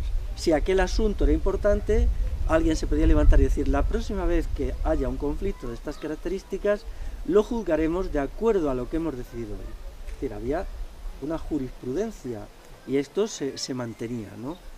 Esto se ha mantenido en muchos sitios hasta los años 70 y 80. ¿Pero qué sucedió? Pues sucedió que aquí hubo una ola modernizadora, una ola muy fuerte que era por un lado la derecha, el franquismo, quien destruye el mundo rural tradicional era el franquismo, es el franquismo con su legislación. Pero también había en la izquierda, y lo sigue habiendo, un desprecio muy profundo por el mundo rural. La izquierda es anticampesina y antirural por definición, desde los tiempos de Marx, lo sigue siendo, ¿no? Entonces, claro, pillada en esa pinza, el mundo rural no tenía ninguna posibilidad de sobrevivir, porque le atacaba el fascismo, le atacaba la derecha y le atacaba la izquierda. Solamente pequeños sectores, quizá del movimiento libertario, no entraban en esta definición. Pero estos sectores nunca se preguntaron cómo funcionaba esa sociedad. Esa sociedad no era una sociedad natural, sino una sociedad construida, de acuerdo a unos reglamentos y unos criterios muy importantes. Por ejemplo, voy a citar uno, no había especialización productiva. Y no la había porque es destructiva. Es decir, a veces la había, pero poca. No había nadie que se dedicara solamente, por ejemplo, a ser hortelano. Cuando lees en un documento del siglo XVIII, este hombre es un hortelano, tienes que suponer que además de eso tenía gallinas, tenía un cerdo, sabía construir su casa. Solo significaba que le dedicaba un poco más de tiempo a la horticultura.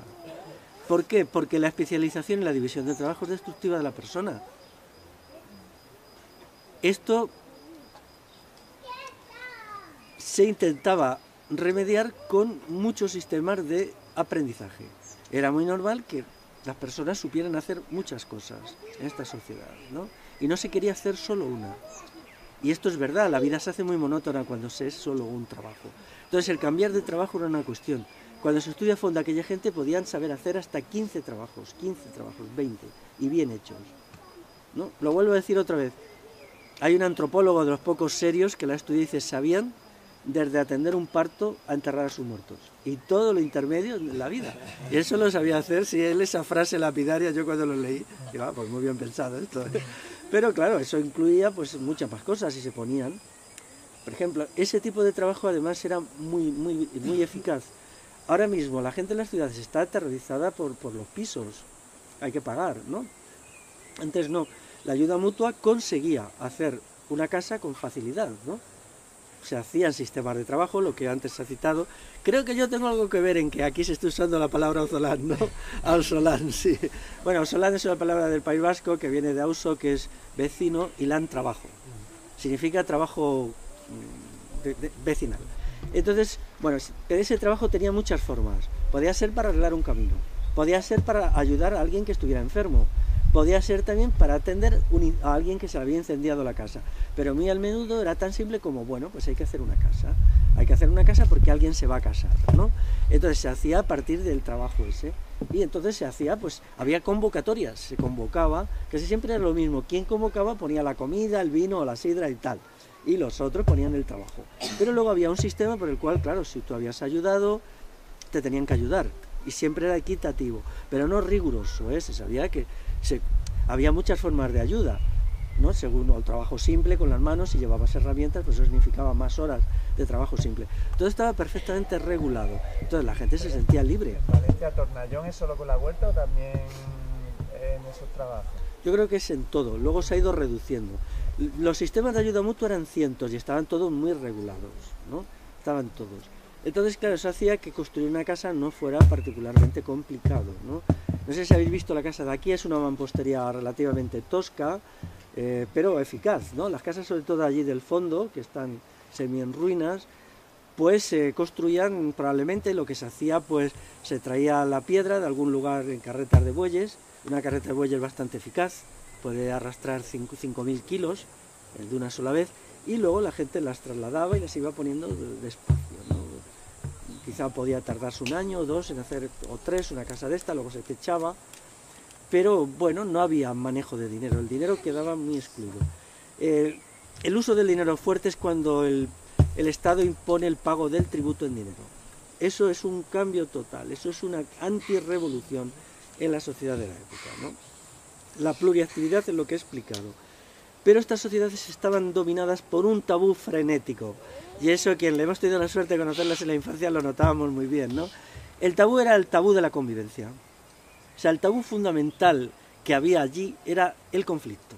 El conflicto no era admitido. No era admitido a priori y a posteriori. O sea, se ponía todo lo que hubiera que poner para que el conflicto no se diera. Se reducía la propiedad privada al mínimo porque era fuente de conflicto. Y se hacían sistemas de reparto del comunal rotativos, o sea, cada cierto tiempo las tierras comunales eran trabajadas por una familia. Pero al mismo tiempo, si había un conflicto por lo que fuera, se insistía muchísimo. Y había muchos procedimientos, desde lo que se llamaba hombres buenos, que también lo hacían mujeres, que consistía en se iba hablando con las personas del conflicto hasta que iban cambiando de posición, ¿no? Entonces se buscaba constantemente que no hubiera conflicto. Alguien dice, ¿porque la ausencia de conflicto era su supervivencia material? No, porque su cosmovisión era la ausencia de conflicto, que es distinto. Esto es distinto. O sea, ellos no vivían para la supervivencia material. Quien crea que una sociedad, la que sea, puede vivir para esto, se está equivocando. La sociedad actual no vive para el dinero y la supervivencia material, solo aparentemente. ¿Para qué vive la sociedad actual? Para el poder y el dominio. O sea, los ricos dominan, es el dominio. La idea del dominio es el elemento sustantivo de nuestra sociedad. En la sociedad campesina la idea fundamental era la convivencia, convivir, y todo se estructuraba a partir de esa idea. Esto es muy importante, necesitamos una idea guía, un elemento esencial para construir la sociedad del futuro. ¿Cuál podría ser? La idea fundamental. Cuando ves las sociedades del pasado estaban estructuradas desde esta idea. Por lo tanto, sus casas eran austeras porque no era la idea del bienestar material. Esa idea no tenía importancia, no se valoraba. Ni tampoco la idea del consumo, eso no se valoraba. Sin embargo, se podía valorar mucho la fiesta al final del trabajo, porque nada o casi nada es más convivencial que una fiesta. Por lo tanto, los elementos festivos estaban súper elaborados. Claro, desde el punto de vista consumista actual, alguien entra en una casa y dice, bueno, esto era pobre. Claro, porque ellos no querían ser ricos. Es más, reducían al mínimo el tiempo de trabajo para tener un máximo el tiempo de convivencia.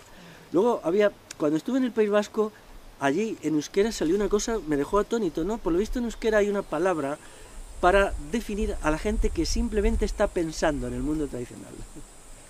Sí, me llamó mucho la atención porque en castellano no la hay, yo sabía, ¿no? O sea, gente, por ejemplo, que coge una tarde de su aldea y se va a una piedra y se siente hasta 3 horas o 4 horas sin hacer nada, observando, mirando, pensando, ¿no?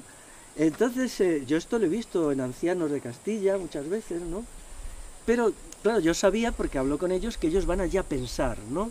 Pero a pensar en cuestiones profundas, ¿no? Cosas que luego ellos van a hablar con sus vecinos y vecinas, ¿no? Y resulta que en euskera hay una palabra para eso, específica para eso, que dice algo así como personas que piensan o están... Bueno, no sé, algo muy curioso, ¿no? Bueno, lo tengo que investigar, tengo por ahí, lo voy a sacar y lo voy a escribir y lo voy a colgar en mi blog, ¿no? Entonces significa que todas las funciones del espíritu eran muy valoradas, pero también la reflexión individual. Cuando yo digo una sociedad colectivista, no penséis que estaban todo el tiempo juntos, no es verdad. Había un momento para estar solos, para la soledad, para el silencio, para estar con la gente más querida. Por eso esta sociedad se estructuraba en 2 niveles. Estaba el nivel del comunal y el nivel de la familia extensa. La familia contaba. Es decir, había tierras que eran de la familia, no del comunal. Sobre todo los huertos solían ser familiares. ¿Por qué? Porque tenía que haber una autonomía de la familia. Y dentro de la familia también había una autonomía del sujeto. Incluso se respetaba mucho la autonomía del sujeto. Había veces, esto hace muy poco, llegabas a una aldea y te decían, no, este hombre solo ha hecho tal cosa, por ejemplo, solo se ha dedicado a hacer cestos con mimbres. Ah, ¿por qué? A él le gusta eso, no le gusta el ganado, no le gusta la horticultura, entonces él ha hecho eso. Nadie más es tan especializado, pero por algún motivo a él le gusta y lo hace. Entonces sus vecinos lo admiten así, ¿no? Entonces lo individual no era negado, la sociedad actual sí. Hoy hay un totalitarismo, si algo es bueno todos tenemos que sumarnos a eso que es bueno, ¿no? O sea, entonces, vamos a ver, en primer lugar lo bueno es plural. Nunca, si alguien nos dice que lo bueno es una cosa, os está engañando. El bien se manifiesta como pluralidad. Siempre hay 4 o 5 cosas que son buenas y 4 o 5 cosas que son malas. No puede haber una sola cosa, porque entonces ¿dónde quedaría la función electiva? ¿No? Esto es muy importante porque en la sociedad actual hay aquí fanáticos y fanáticas del bien y te llegan y te venden su discursito y su rollito, dicen, esto es el bien. Y tú le dices, no, porque el bien no puede ser solo una cosa, tienen que ser varias cosas, porque entonces no hay elección, ¿no? Es decir, eso es un poco como la teoría de conjuntos, ¿no? Si nosotros establecemos aquí un espacio, dentro de ese espacio hay muchos sitios, no solo un sitio, es un espacio, no un punto. Bueno, entonces, eso cuando ves este mundo, te das cuenta de la importancia. Es más, sé que alguien está haciendo por ahí un libro que intenta explicar esto para el mundo rural tradicional. Cómo era un mundo colectivista sin anular la libertad del individuo. A ver si la acaba, a ver si la acaba. Cuando vea el vídeo sabrá a quién me refiero. Bueno, esto es muy importante y esto se pierde en los años 60. ¿No? El progresismo es un totalitarismo. Siempre te dice que el bien es una cosa y una sola cosa. Y no es así. No puede ser así. Porque entonces el bien ya lo han decidido ellos y los demás tenemos que sumarnos. Entonces la calidad del sujeto contaba y la calidad del sujeto exige autonomía. Si no hay autonomía para la elección y la acción, no hay calidad del sujeto. El sujeto dirigido no es de calidad. La sociedad actual es del sujeto dirigido. Entonces no era así. Yo recuerdo de niño cómo me impresionaba en algunas aldeas más remotas que la mía la autonomía de los niños cuando tenían 8 o 9 años, cómo se les respetaba, cómo se escuchaba sus opiniones, cómo se tenía en cuenta lo que podían pensar sobre qué en parte de la huerta era mejor poner los tomates y en otra las patatas. Y ellos no se les trataba paternalistamente. Ahora nuestra sociedad está podrida del paternalismo hacia los niños. Casi todas las teorías pedagógicas son paternalistas. Ser niño es solo ser niño, no ser tonto. Entonces, oye, la gente se confunde. Sí, es verdad, cuando dicen, madre mía, están confundiendo a los niños con los tontos, ¿no? No es verdad. Entonces allí era maravilloso, maravilloso ver cómo un niño era solo alguien que tenía menos experiencia de la vida, pero tenía una experiencia valiosa. Entonces, todas estas cuestiones se han ido olvidando, ¿no? La sociedad aquella tenía también sus defectos. La prueba es que el Estado la destruyó. Si hubiera sido perfecta, el Estado no la habría destruido. Estaba muy en desintegración desde el siglo XVIII. Las medidas que se tomaron, por ejemplo, aquí en esta zona, el reglamento de Montes de Marina perturbó toda la vida local. Yo no puedo explicar en detalle cómo, pero estoy seguro que fue así. Ya no eran las ferias como antes, no eran las cosas como antes. Aquí en esta zona, no sé si sabéis, que se usaba la expresión hermanos y hermanas. ¿Alguien de aquí lo sabe eso? Sí que se usaba. Pero creo que tiene una explicación. Tiene una explicación de, en un momento dado, habían unas misiones de un grupo católico. Yo por lo menos me ha dado la impresión de que he asociado con esos grupos de religiosos que organizaban encuentros en las aldeas, iban y juntaban a la gente. No sé si vendría de antes o... Sí, venía de antes, sí, sí. Puede ser. Sí, se llamaba hermanos y hermanas a la gente por una idea de convivencia. Sí, eso es una cosa de los años 50, pero esto es anterior, sí. Y en esta zona había otro rasgo. Hay un libro por ahí interesante sobre esta zona que se llama La Sierra en Llamas, que era un territorio donde la cortesía entre las personas era exquisita. O sea, había una relación convivencial muy fuerte. O sea, los malos modos y las malas maneras en el trato interpersonal estaban absolutamente excluidas. Y dentro de eso es donde entra el trato de hermano o hermana. O sea, es decir, si la gente iba por un camino y se encontraba con alguien y se paraban a hablar, el trato que se daban no es como ahora o usted o tú, sino era de hermano y hermana. Y eso no era una palabra vacía, porque otra plaga de ahora es que las cosas más importantes se están vaciando de contenido y se están convirtiendo solo en palabras. Las palabras no son nada, ¿no? Las palabras son algo cuando tienen una práctica detrás. Bueno, el mundo este se empieza a descomponer en el siglo XVIII, incluso antes, ¿no? El proceso es muy largo, hoy no queda nada, ¿no? O queda muy poquito. No solamente se han perdido los saberes tradicionales, que eso quizás sea lo menos grave, se puede recuperar, sino también se ha perdido una forma de ser los seres humanos y una forma de convivir. La recuperación de eso es un trabajo ímprobo, ¿no? Yo no sé si sabéis que también defiendo la teoría de lo que se ha llamado la revolución integral. La revolución integral viene a resolver esta cuestión, ¿no? Hasta ahora, por desgracia, los proyectos de transformación social estaban muy basados en lo económico, solo veían casi lo económico, y eso no puede ser porque el ser humano es mucho más que economía y producción, ¿no?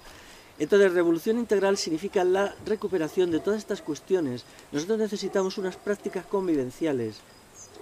Eso es fundamental. No vamos a acabar con el sistema actual mientras no articulemos unas prácticas convivenciales. Pero necesitamos también una idea sobre la diversión. ¿Cómo tiene que ser la diversión? ¿Qué es divertirse? ¿Qué consiste divertirse? En tercer lugar, ¿qué consiste trabajar? Hemos perdido la costumbre de trabajar. Solo sabemos hacerlo como trabajadores asalariados y si no, no. El trabajo asalariado no es admisible, ¿no? Entonces esto en realidad sería un proceso de regeneración integral de la sociedad. Necesitamos ir recuperando todo esto que hemos perdido, que es mucho más que las casas o que los huertos. Hemos perdido una manera de estar en el mundo, una manera de ser, una manera de relacionarnos, una manera de concebir el mundo. Y ahora no tenemos nada, ¿no? Daros cuenta que no tenemos nada. Yo a esto le llamo seres nada, ¿no? Por ejemplo, la idea de la muerte. ¿Qué se ha hecho con la idea de la muerte? Ha desaparecido, ¿no? No tenemos rituales, por ejemplo, para el nacimiento. Con este anticlericalismo furioso se dijo, bueno, el bautismo, bla, bla, bla. Pero ya he estado en el País Vasco y allí había unos rituales maravillosos del nacimiento que no tenían nada que ver con el bautismo. Y que han pervivido hasta hace 30 años y que de repente han desaparecido. Y ahora ya no tenemos capacidad de enfrentarnos a ningún problema importante de la vida humana porque no tenemos respuestas a ellos. Y esto es un problema pues muy gordo, ¿no? Muy gordo. Hemos perdido la costumbre de reflexionar a solas. Mucho de lo que se llama hoy meditación es simplemente ejercicios de relajamiento mental. Reflexionar es mucho más. Reflexionar es enfrentarse con el mundo, con los problemas del mundo a solas, ir elaborando ideas válidas, individualmente y luego colectivamente, ¿no? Eso no lo hacemos, estamos tan acostumbrados a estar en el sistema educativo, a pasar exámenes, a leer libros y tal. Los libros son funestos en cierta medida, los míos también, ¿eh? Porque incluyen una idea, que es que no hay un esfuerzo propio personal, no lo hay. Y entonces el verdadero conocimiento es el conocimiento que se hace desde el yo y desde el nosotros. Bueno, acabo ya con una única idea. Lo que hemos perdido es muchísimo. Recuperarlo va a ocupar todo un periodo histórico. Pero creer que podemos cortocircuitar el momento histórico y evitar recuperar todas estas cuestiones es inútil. Ha habido revoluciones en el futuro que han fracasado rotundamente porque no se plantearon esto. Creyeron que bastaba con transformaciones económicas y no es verdad. El capitalismo no solamente está en los bancos, está en cada una y cada uno de nosotros. Mirar por aquí dentro y veis a los capitalistas súper rápido. Entonces, si no echamos el capitalismo de dentro de nosotros, nunca podemos vivir en una sociedad sin capitalismo.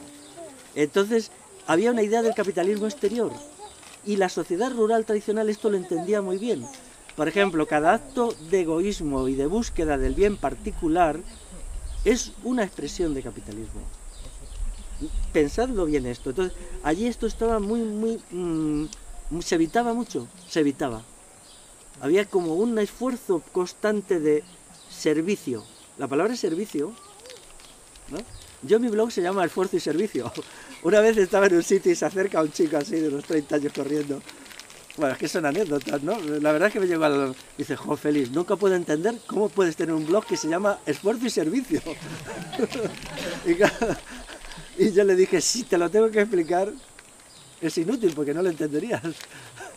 Entonces, claro, tendría que explicar que esa es, a mi entender, claro, esto es opinable, ¿no? En realidad es ir a la esencia misma del capitalismo. Si encima se añade la palabra desinteresado, porque mi blog se llama Esfuerzo y Servicio Desinteresado. Bueno, entonces lo dejamos aquí ya. Gracias. Intervenciones, ¿alguien le apetece comentar algo? Claro. Tengo varias preguntas. Sí, claro, claro. Ahora. No me grabes. No me grabes. Bueno, haz lo que quieras. Bueno, es que se me han ido almacenando. Una, ¿cuándo dejaron de usar el cáñamo para las velas y empezaron a usar el lino? Las sido poco puedo juntar las tres. Dos, ¿cómo han escrito varios profesores en el cual el Estado empezaba a ser enemigo del pueblo y introducir las medidas de separación? Pero no me ha quedado muy claro algún ejemplo. Y la tercera, ¿qué significa familia extendida? Bueno, yo no tengo noticia de que nunca se haya usado el cáñamo para las velas, ¿eh? No, que se utilizaba. No, pero solo para las cuerdas, para la gran masa donde el viento empuja, eso se hacía de lino. Nunca ha sido de... O sea, el cáñamo era pues para subir y bajar las velas. Bueno, también se había un gran consumo de cáñamo. Y la Marina de Guerra compraba mucho cáñamo ya en el siglo XVIII. ¿La segunda pregunta era? el Estado. El Estado. ¿Podría poner algún ejemplo de qué manera el Estado en el siglo XVII empezó a... ¿Qué técnica utilizó para separar hombres y mujeres, o alto y bajo, o gordo? Vamos a ver, el Estado es una institución ilegítima, no es una institución de poder.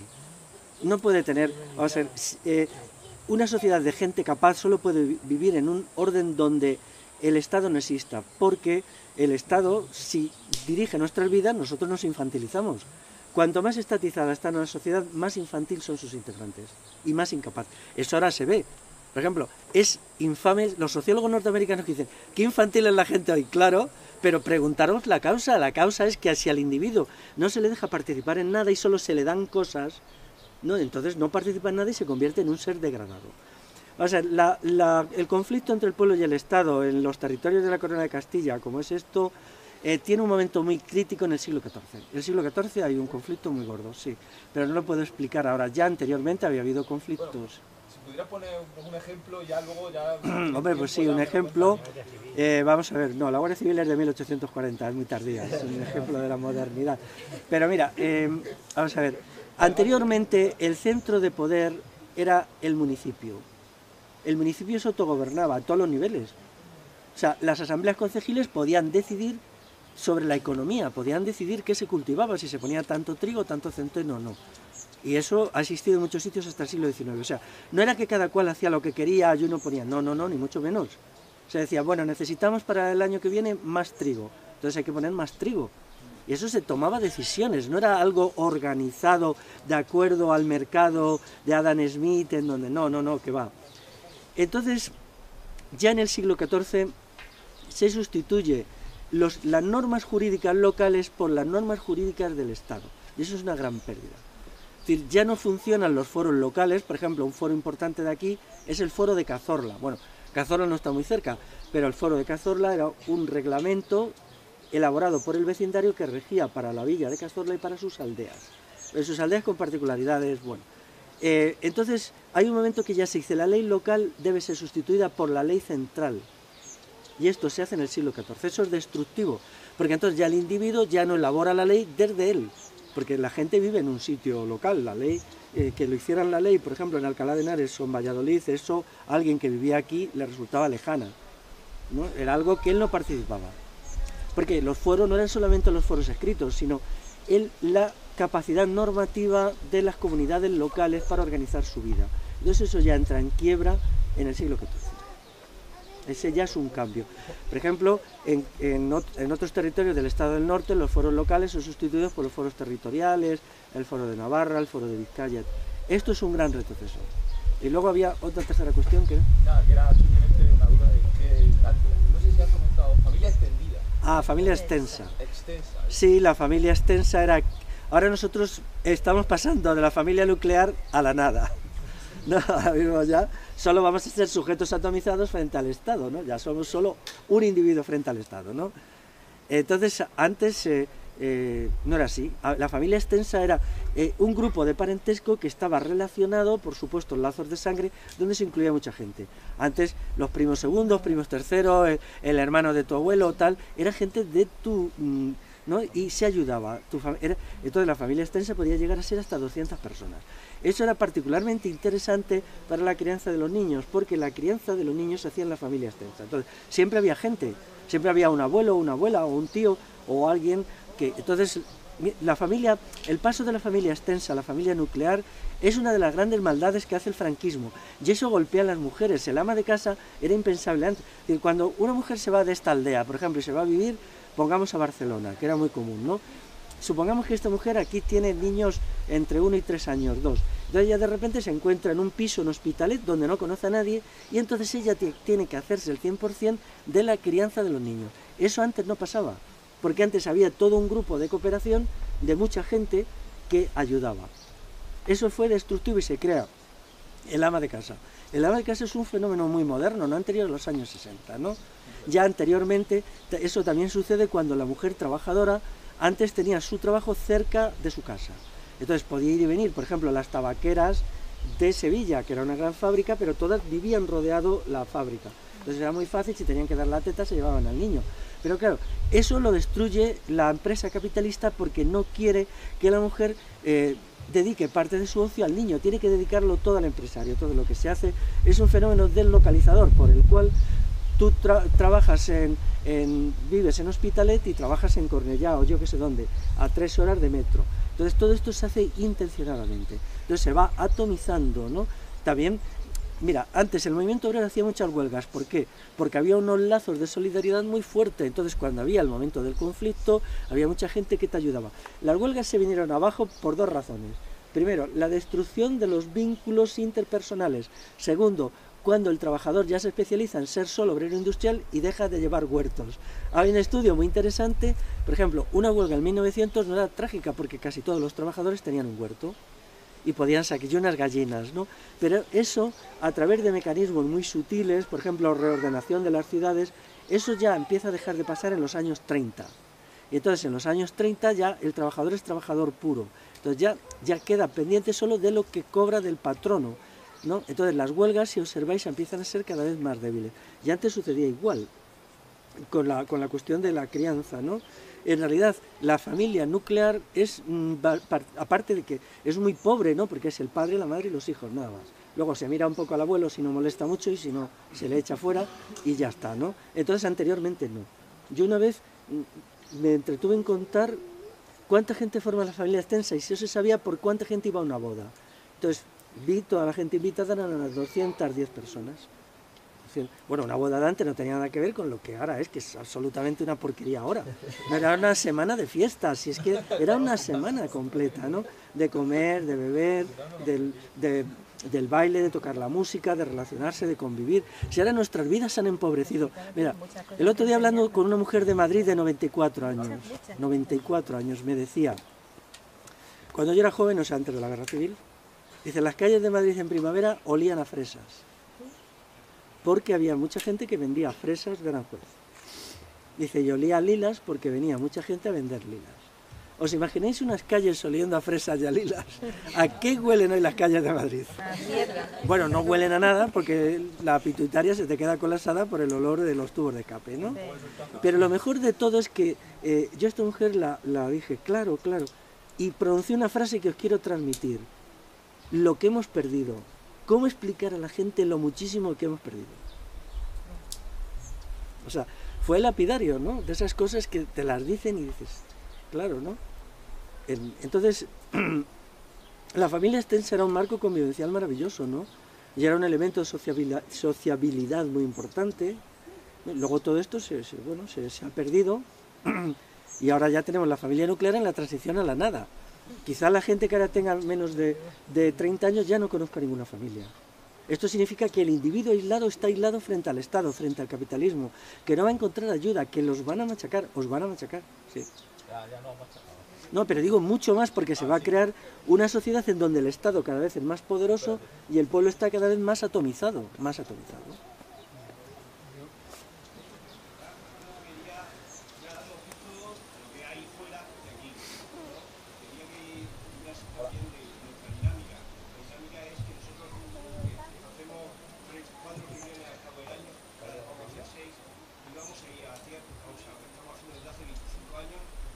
ir a una tierra, ver qué problemas tiene ese hombre en su tierra, intentar darle ayuda.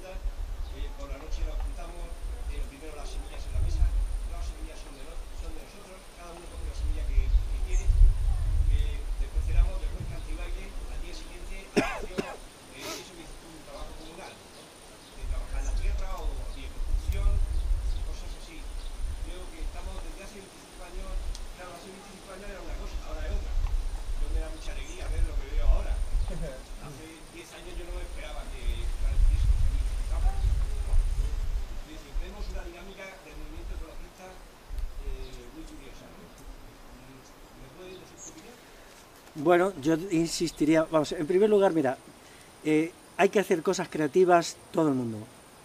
Yo cumplo mi parte y el resto de la gente tiene que ser creativa. O sea, por lo tanto, no me siento obligado a decir yo a decir qué tenéis que hacer.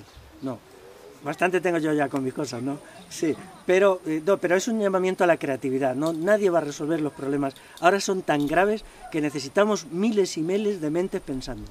Los problemas actuales de la sociedad son tan asombrosamente graves y complicados que necesitamos miles de personas creativas. Si vosotros lo hacéis, mi apoyo total. Solo os pediría que tengáis en cuenta muchos aspectos convivenciales, que no lo centréis tanto todo en la cuestión de las semillas y tal. También veáis la convivencia, la calidad del sujeto, la relación en las personas, todo eso es muy importante, porque eso es lo que se ha perdido. Eso es, ¿sabes? Hay una parte que vosotros estáis haciendo que está bien, pero la otra parte hay que recuperarla. Y la otra parte está muy destruida, ¿no? Muy destruida. Sí. Acabas de pronunciar palabras precisas. Lo que has dicho, sí. Yo quería comentar que antes has dicho que en las sociedades modernas pues con el ocio que tenemos es un poco todo desbaratado. Antes comentan las sociedades modernas que el ocio que tenemos tan desbaratado y en las ciudades llenos de drogadicción, de alcoholismo, que antes pues al parecer no era así, no era menos, pero justamente me venía a la memoria porque acabo de leer un libro de la vida en mi pueblo entre el siglo XVII, o sea, entre el 1700 y 1815, también escrito por el erudito del pueblo, un pueblo pequeñito, y ahí expone la contabilidad del vino que se bebía a la gente allí, y tenían una cultura de vino que ahora no llegamos, pero o sea, las monjas bebían, las monjas que eran muy ricas, por cierto, que eran el banco del pueblo, el convento, se bebía medio litro de vino al día por cabeza. Supongo que habría alguna que no bebía, entonces en el hospital a todos los enfermos se les daba como dieta un mínimo de medio litro de vino al día, y si el médico lo prescribía, más. Quiere decir que había mucho vino. Es un detalle un poco tal vez era un ¿Qué pueblo era? mucho sobre la historia de España, pero más sobre la historia de mi pueblo, ¿no? ¿Cuál es tu pueblo? Belorado. Ah, Belorado, sí, lo conozco, en Burgos. Bueno, pero vamos a ver, Belorado no es una aldea pequeña. No, era un pueblo grande. Un pueblo grande. En aquellos años tenía 1.600, 1.700 habitantes. Claro, la sociedad rural ya nos regía. Vamos a ver, mira, en el siglo XIV uno de los cambios políticos fundamentales, en las ciudades ya deja de funcionar el sistema asambleario, mientras que en las aldeas se ha conservado hasta hoy. En las ciudades el sistema de autogobierno pasa a depender de la corona o de los delegados de la corona. Ellos diseñaban un grupo de gente con 6 o 8 personas que eran la que organizaba la vida allí. Por otro lado, medio litro de vino no es tanto. Bueno, se considera que hasta un litro. También en la época, es que la palabra vino no significa lo que ahora. Por ejemplo, allí en Belorado eran vinos muy flojitos, de 9 grados o 10. Todavía no lo he investigado, Entonces, sí. Claro, eso es una zona ya fría en el norte de Burgos. Sí. Sí, bueno, evidentemente en este ratito tan corto, pues solo has tenido tiempo de esbozar algunas de las cosas que tratas, pero quizá una con la que me queda un poco las ganas y que explicas muy bien en varios, sobre todo en el libro de naturaleza, que es el tema del impacto material del modelo urbano en el mundo rural, y un poco también toda la relación que tiene el desarrollo del modelo urbano con el del ejército, el Estado, etcétera, ¿no? Ese me parece un tema muy interesante y que me queda un poquillo con la gana de... Claro, el modelo urbano, vamos a ver, el modelo urbano es tremendo porque alrededor de las ciudades se iba destruyendo el bosque para llevar leña, para llevar madera, ¿no? Eso en Madrid se ve muy bien. En Madrid, 100 kilómetros a la redonda, ya no quedaba bosque alto en 1900, ¿no? En Barcelona también, y eso se palia un poco con la llegada del ferrocarril, pero solo en cierta medida. Hay un libro muy interesante del Jared Diamond, de colapso, que lo explica muy bien el libro, incluso para el caso de los mayas, que no era la sociedad maravillosa que nos han contado, eran bastante malvados los jefes mayas, y él lo cuenta, ¿no? O incluso cómo se va al destruir el cinturón de verdor, incluso muchas ciudades pierden sus recursos acuíferos, porque el arbolado trae agua. Eso pasa mucho en las ciudades romanas a partir del siglo III. Muchas ruinas de ciudades romanas se tienen que abandonar porque una vez destruido, o sea, una ciudad romana va expandiéndose, ¿no? Entonces cada vez se va expandiendo más. Tiene que ir cortando madera, leña y tal. Llega un momento entonces que ya los manantiales se van secando. Cuando vemos una ruina de una ciudad romana, a veces muy grande, decimos, ¿por qué esto se abandonó? Muchas veces eran razones medioambientales. Las ciudades romanas se colapsan y las que no se dejan muy reducidas, ¿no? Se quedan, incluido Roma, ¿no? Hay algunas ciudades que eran enormes y luego se desaparecen ya en el siglo VI, VII. Quería decir una cosa sobre los ataques al mundo rural. Vamos a ver, aquí en el siglo XIX se genera un anticlericalismo muy fuerte. El anticlericalismo viene de la Revolución Francesa y se le va poniendo unas etiquetas insultantes al mundo campesino, ¿no? El mundo campesino depende del clero, el clero lo maneja, etcétera, etcétera, ¿no? Entonces esto ha sido un elemento de destrucción del mundo. Se establecen, por ejemplo, igualdades entre el campo y la ciudad que son imposibles. Por ejemplo, yo leí un libro que decía, si la mortalidad en Madrid en 1920 era de 300 por 1000 nacidos, en el campo más todavía, porque claro, como ves, es una deducción lógica, como el campo es peor que las ciudades, ahí morían 900 de 1000, ¿no? Entonces, bueno, esto es falso completamente. Hay un estudio que dice que no era así. Curiosamente, las ciudades eran sitios de mortalidad terrible, porque las ciudades de la época no estaban bien aireadas, se acumulaba una gran cantidad de suciedad, ¿no? Y es curioso, donde había un gran alto índice de supervivencia eran las montañas. Los grandes lugares de gente, las grandes fábricas de gente de la época eran las montañas. Y luego la parte, incluso los llanos menos. Y las montañas constantemente enviaban gente a las ciudades. Las ciudades eran deficitarias. Entonces se presentaba lo que no era. Para un caso de, por ejemplo, de la serranía de Cuenca, dice que en la serranía de Cuenca, en el periodo de hace 100 años, la mortandad infantil era, me parece que dice, de 45 por 1000, que es muy cercana a la actual con todos los chirimbolos tecnológicos, ¿no? Era altísima, ¿no? Sin embargo, las ciudades se convirtieron en sumideros de personas. Madrid no ha sido deficitaria, bueno, no lo es. Madrid primero absorbe toda la población de las aldeas. O sea, la gente nace en las aldeas, se cría aquí y luego emigra. Eso es una pérdida, porque la gente que nacía aquí era alimentada aquí y luego era hecha productiva en las ciudades. Y luego eso se hace con la inmigración de fuera. O sea, una persona que viene, por ejemplo, de Perú, pues Perú ha pagado su manutención y se hace productivo aquí. Eso es un motivo por el cual yo no soy ningún entusiasta de la inmigración, porque es una explotación de los países de donde viene el inmigrante. Ni más ni menos. Y eso ya se hacía.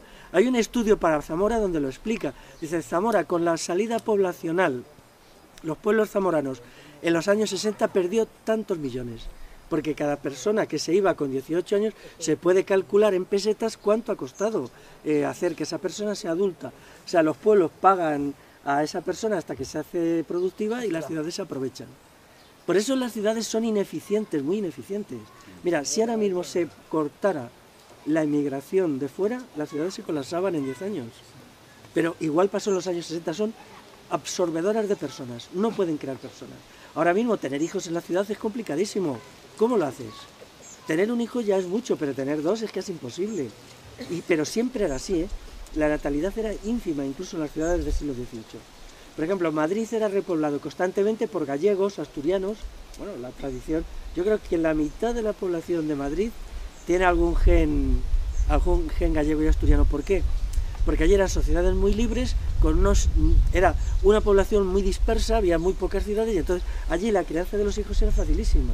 O sea, para una mujer en Galicia tener 4 hijos o 5 eran nada, no era prácticamente ningún esfuerzo.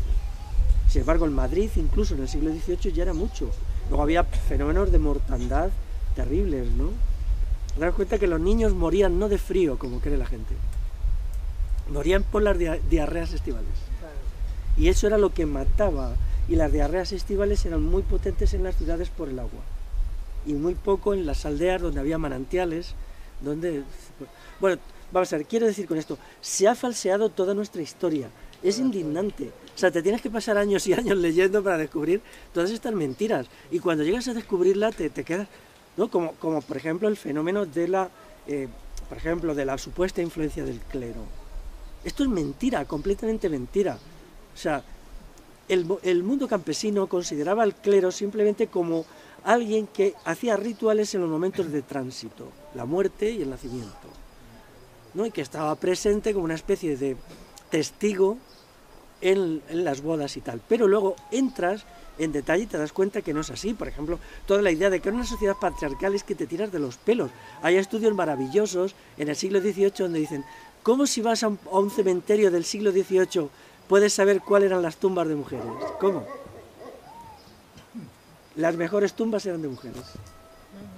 Cuando se hace estudios ahora de ADN, estudios muy minuciosos, descubres que las tumbas de varones eran mucho menos importantes en el sentido de estructura de la tumba que las de mujeres. Por ejemplo, otro estudio maravilloso. Ya sabéis que la Iglesia, bueno, esto lo cuento siempre, pero es que si no lo cuento reviento. La Iglesia, en las épocas de Cuaresma, los curas dicen que abstenerse de relaciones sexuales como una forma penitencial, ¿no? Bueno, entonces alguien gracioso, ¿no?, cogió y dijo, vamos a ver, vamos a estudiar si eso lo cumplía o no cumplía la gente, viendo si a los 9 meses resulta que siempre, los 9 meses después, había una natalidad superior a otras épocas del año. Eso era el dominio que tenía el clero sobre la sociedad rural tradicional, ¿no? Entonces, bueno, se pueden añadir montones de elementos, ¿no? El hecho, ni siquiera el clero franquista, ni siquiera. O sea, porque era una sociedad que era autosuficiente en el terreno de las ideas. Yo recuerdo como yo conocí gente mayor que yo le decía, pero ustedes cómo trataban a los curas. Bueno, los curas tenían que estar a sus cosas, ¿eh? Si se metían en algo que no fuera lo suyo, si se les ocurría dar opiniones sobre algo que no fuera su mundo, se les mandaba a hacer puñetas tranquilamente. Ellos no tenían por qué meterse en opinar sobre nada y se les mantenía. Pero claro, esta cuestión solo sucedía en las comunidades campesinas pequeñas. No me vale decir el siglo XVIII en un pueblo grande. Un pueblo grande estaba ya muy maleado. Hay un estudio que dice, los pueblos grandes, los que estaban cerca de las grandes vías de comunicación y aquellos que tenían agricultura de monocultivo no cumplían las normas que he señalado. En Tarragona me preguntó un chico en una charla, lo que tú cuentas del mundo rural no es verdad porque eso no pasaba aquí. Digo, claro que no pasaba, porque en Tarragona se estableció una agricultura mercantilizada en el siglo XVIII. Entonces todo lo que era el mundo rural tradicional se destruyó. Por cierto que en esos casos se ve claramente cómo la mortandad infantil era más alta. Cuanto más monocultivo, más muerte de niños en el siglo XVIII. Y era lógico, ¿no? Porque esto era volcada en la viña, que la viña luego se hacía, era sobre todo para hacer aguardiente, pues entonces la alimentación de la gente era más pobre. Si no es lo mismo el policultivo de tener de todo, de comer de 80 cosas, de hacer un vino que luego destilas para aguardiente, que lo tienes que cambiar por alimentos. Lo que se hacía era muy monótono, se cambiaba por trigo, por algo de carne seca. Claro, ni las madres lactantes tenían leche de calidad, ni los niños recibían una alimentación desde muy pronto con hierbas silvestres, que tenían con sopas, caldos, ¿no? Entonces es muy curioso cómo la introducción del capitalismo, como incluso en su forma primitiva, como una agricultura de monocultivo, daña todo, ¿no? Que eso también en el siglo XIX fue catastrófico, por ejemplo. La modernidad es estupenda, ¿vale? ¿Por qué en el siglo XVIII no hubo epidemias de cólera, ni de peste, ni de todo esto? No las hubo. Siempre hay un listillo que dice, sí, al final, claro, sí, al final, solo al final del siglo. Sin embargo, el siglo XIX es catastrófico. Había epidemias constantes de todo. Había una gran mortandad, porque todo fue alterado, todo fue removido. Esta idea de que la modernidad resultó muy buena no es verdad. Mirad, por ejemplo, la destrucción de los bosques hizo una erosión enorme. Esto es real. Y entonces los ríos arrastraban una gran cantidad de tierra. Al suceder esto, los arroyos se anegaban y el agua no corría. ¿Qué significaba? Que se crearon nuevos charcos a partir de cero. En esos charcos el mosquito Anopheles, que estaba reducido prácticamente a ciertas zonas de Murcia, se extendió hacia el interior. Entonces de repente la malaria empezó a aparecer en zonas del interior donde nunca había existido. Y la gente se moría en masa de la malaria. ¿Por qué? Porque la circulación de las aguas había sido alterada por una forma irracional de manejar el bosque. Hasta tal punto que hay algunos historiadores eruditos que dicen podemos hacer en Castilla, en la Castilla del interior, determinar qué año llegó la malaria a cada pueblo, porque se conserva la documentación, ¿no? En esa época el sistema médico ya era eficaz. Los médicos estaban obligados a dar un parte a las autoridades si llegaba la malaria, y se conservan muchos de esos documentos, ¿no? Que decían, tenemos un enfermo de malaria en el pueblo. Todo eso se debió a lo que he dicho. Y muchas cuestiones igual, ¿no? Muchos fenómenos eran similares, ¿no? Entonces, claro, cuando la modernidad es presentada como algo maravilloso y se demoniza irracionalmente, ¿no?, a unas comunidades campesinas porque estaban vinculadas al clero, lo que se está haciendo es con el pretexto del anticlericalismo atacando a esta gente, cuando esos anticlericales lo que tienen que probar es que las comunidades rurales dependían del clero. Ellos lo dan por supuesto y dicen, sí, dependían porque iban a misa. Bueno, iban a misa o no iban a misa, tampoco iban siempre, ¿no? Hay estudios de la Iglesia en los años 20 que dicen que la asistencia a misa en las aldeas era pequeña, ¿no? Era pequeña, no era todo el mundo, que tampoco todo el mundo era creyente, ni mucho menos. Bueno, todo esto es un pequeño desahogo, ¿no? Porque esa escuela de historiográfica sigue ahí, sigue vendiendo sus productos, produciendo sus libros, invulnerable a lo que se les diga. Ellos son unos fanáticos que siguen vendiendo su producto, sobre todo ligado a los partidos de la izquierda. Y no hay ningún estudio empírico. A mí la historia doctrinal no me interesa, me parece una mentira y un engaño. Lo que hay que hacer es demostrar todo lo que se diga, a partir de datos. Por ejemplo, el libro que he comprado me interesa mucho porque es un libro de datos. Si fuera un libro de teorías y de dogmatismos no lo habría comprado esta mañana. Todos los dogmatismos están equivocados, todos. Solo son creencias, fanatismos, ¿no? Y este es uno de los peores, sí, bueno, todavía hay gente que se cree todo. Bueno, pues no sé, podemos ya dejarlo aquí, ¿no? Muy bien.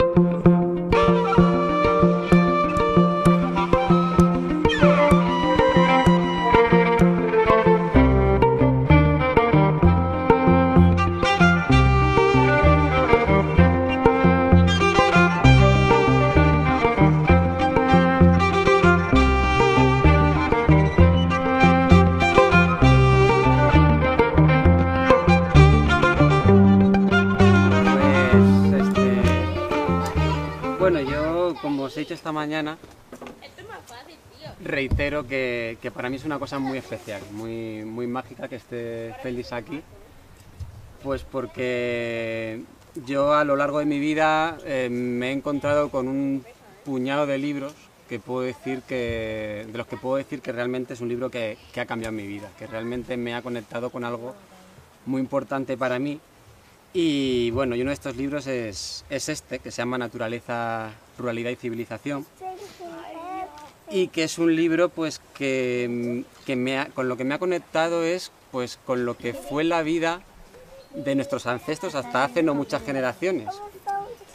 De alguna manera pues para la gente que que tenemos un vacío generacional ya de un par de generaciones o más, que creo que somos la mayoría, ¿no? Con lo que realmente fue el mundo rural tradicional.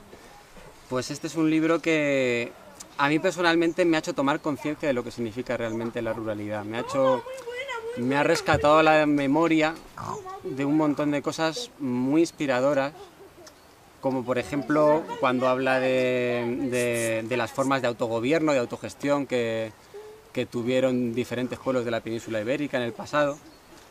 Pues yo, por ejemplo, en este libro fue la primera vez que me enteré de la existencia del ausolán, que aquí somos un poco bruticos y le decimos auzolán. Pero bueno, Pablo recordará muy bien aquella inolvidable conversación que tuvimos con los compañeros del proyecto Germen, hablando precisamente sobre el ausolán, y de la que surgió la idea de hacer aquí hace un año un campo de trabajo, y de este campo de trabajo pues surgió algo tan bonito como es el proyecto de comunidad intencional que hay ahora mismo aquí y de rehabilitación de esta aldea, ¿no? Pero bueno, más allá de eso, yo lo considero un libro que nos aporta una visión muy reveladora de lo que ha sido la historia de nuestra tierra, pues desde la Alta Edad Media hasta tiempos muy recientes, ¿no? Hasta el éxodo que ya supuso la desaparición definitiva del mundo rural tradicional.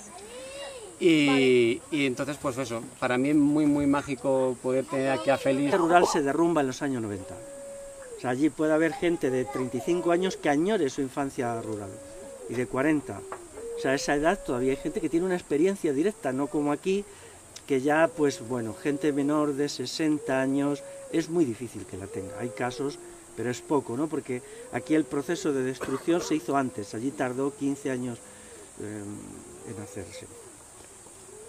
Mi preocupación por el mundo rural no solamente se refiere a lo que es lo natural, sino también a los seres humanos y a la historia. Eso es muy importante. Los seres humanos somos parte de la historia, no solo de la naturaleza. Aquí hay una visión equivocada, por ejemplo, esta visión equivocada la tiene el señor Sergio Latouch. Entonces, pues bueno, vamos a ver, los seres humanos no somos solo seres naturales.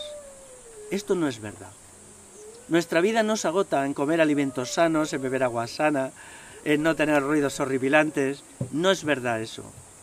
Somos seres de la historia, necesitamos comprender la historia, seres de la convivencia, seres del pensamiento, y esa totalidad del humano es la que tiene que ser rescatada. Yo siempre tengo ahí un punto de conflicto con los movimientos ecologistas porque olvidaban esto, olvidaban esa dimensión del humano. Y entonces pues siempre había ahí un conflicto. Por eso escribí mi libro sobre arte románico. Vamos a ver, si uno recorre sobre todo la mitad norte de la península, viendo aldeas ínfimas de 9 personas, de 3 personas, y te mueves como yo me he movido muchos años, quizá 30 años, antes de escribir el libro ese, 30 años, y vas a un sitio y hablas con la gente, ¿qué es lo que ves? ¿Qué es lo que ves que no sea ajeno a nuestra realidad? Lo que ves son edificios medievales. La sociedad rural popular tradicional es una creación de la Alta Edad Media, el siglo VIII-IX. Entonces, cuando ves esos edificios medievales, que muchos de ellos están en uso, te das cuenta que siguen siendo parte del presente, aunque sean del siglo XII. ¿No? Lo entiendes muy bien. Incluso en algunos sitios la gente lo considera como obra suya, lo que es así. Pues empecé a interesarme mucho por este arte medieval y como resultado de ello pues está mi libro. Por ejemplo, en un pueblo de Aragón fue muy emotivo explicarle a las vecinas y los vecinos de una aldea de 19 habitantes que el edificio románico de su pueblo, que está considerado como la capilla Sistina del arte románico peninsular, no lo había hecho un maestro de no sé dónde, ni alguien maravilloso llegado desde fuera, que lo habían hecho sus antepasados, sencillamente. Y bueno, la gente se quedaba perpleja porque todo lo que hace el pueblo se desvaloriza. El pueblo no hace nada, simplemente es fuerza laboral, y llegan allí los eruditos que además de robarle las pinturas, porque se las robaron, se las arrancaron y se las llevaron al Museo Diocesano de Jaca para cobrar 11 eurillos por verlas, luego ni... En este entorno, en esta tierra en el que el éxodo rural fue tan dramático, en el que más del 90% de la población emigró en los años 60, y en el que hay muchas aldeas abandonadas como esta, ¿no? que una vez bullieron de vida y que fueron abandonadas y que ahora pues estamos asistiendo a la siembra de las primeras semillas de una nueva vida, ¿no? de lo que es el intento de una nueva vida. Y bueno, pues eso es lo que yo quería decir. ¿Si te apetece así compartir algo más? Bueno, yo también la verdad es que conocí a Félix a raíz del 15M, de un libro suyo que se llama Pensar el 15M. Entonces, aquel libro me impactó porque fue decir las cosas que yo pensaba y verlas ahí escritas y decir las cosas que casi nadie se atreve a decir, ¿no? Entonces, para mí, decir Félix es redescubrir la historia debajo de todas esas mentiras que nos han contado, es creer que existe ese pasado en el cual era más importante llevarse bien con el vecino que competir, es creer en la autogestión, es creer en que el proceso asambleario es posible, es todo eso, ¿no? Y que eso existe, que ha naufragado en todas esas cosas y ha visto, son hechos, no es una hipótesis, sino que realmente existe. Igual que Casilda, la madre de John, también ha naufragado en toda la arqueología para demostrarnos que esa complacencia en la vida humana y que ese estar conectado en la naturaleza y unos con otros es posible. Entonces, a mí también me emocionan mucho los libros de Félix y le estoy muy agradecida. Bueno, muchas gracias, Belén. Muchas gracias. Que antes de entrar en voy a hablar muy brevemente de dos libros que no tienen que ver con la temática rural, pero que para mí son importantes. Uno de ellos es este, que soy coautor con una mujer. La cuestión de la mujer aquí es planteada de otra manera, bastante diferente. También hay mucha referencia al mundo rural, pero el tema básicamente es la idea de la mujer, cómo enfocar el patriarcado y tal. Ahora su coautora hará la segunda parte. Esto es el primer tomo, ella quiere hacer la segunda parte. Yo ya del proyecto lo dejo en sus manos, no porque no esté de acuerdo, sino porque es su proyecto, yo solo me sumé ahí de una manera inicial, ¿no? Luego estoy muy contento de haber conseguido rescatar a un clásico que no se publicaba desde 1937. Este es un libro sobre filosofía existencial, el sentido de la vida, de un autor que se llama Félix Martí Ibáñez. Es un librito muy pequeño, la mitad es el prólogo que le hicimos un amigo y yo, Carlos Lucas y yo, y la otra mitad es el texto. Es un libro para leer reflexivamente y leer muy despacio, ¿no? Porque es verdadera filosofía. Hoy ya no se escriben libros así, ¿no? Este hombre era un filósofo, aunque era médico de profesión. Sí, yo doy fe, ese libro me encanta. Era médico, igual que Belén, ¿no? Que lo he leído yo porque me impactó el título, ¿no? El sentido de la vida, porque yo muchas enfermedades creo que vienen de no encontrarle tu sentido a la vida, ¿no? Entonces en ese libro habla justo de eso y es muy interesante. Bueno, entrando ya en el asunto del mundo rural inmediato, o sea, del que desaparece hace 40 años, en algunos sitios hace menos años, ¿qué podemos decir de él? Bueno, pues imaginemos cómo sería la vida aquí, en la aldea esta, en esta aldea hace 40 años, ¿no? No tengo datos, porque yo no sabía que esto existía hasta hace una semana o así, cuando John me mandó un mensaje, y no he podido investigar nada, ¿no? Pero tipológicamente se pueden sacar algunas conclusiones. Es importante hacerse preguntas sobre qué sucedió, ¿no? ¿Por qué 6 millones de personas entre el año 1955 y el 72 abandonaron las aldeas para irse a las ciudades? 6 millones, más o menos. Con la peculiaridad que era la población joven de la época, en edad de procrear, y en las aldeas se quedó la población mayor. En 60 años hemos pasado de que el 50% de la población sea rural, a hoy no llega ni siquiera al 3%, el 2,7%. Esos son cambios fundamentales. El cambio del campo a la ciudad no es solamente un desplazamiento de lugar, sino una forma distinta de entender la vida y de entender al ser humano. Si no entendemos eso, no comprendemos nada. Hace poco estuve en un debate en Cataluña sobre alimentos sanos, insanos y tal.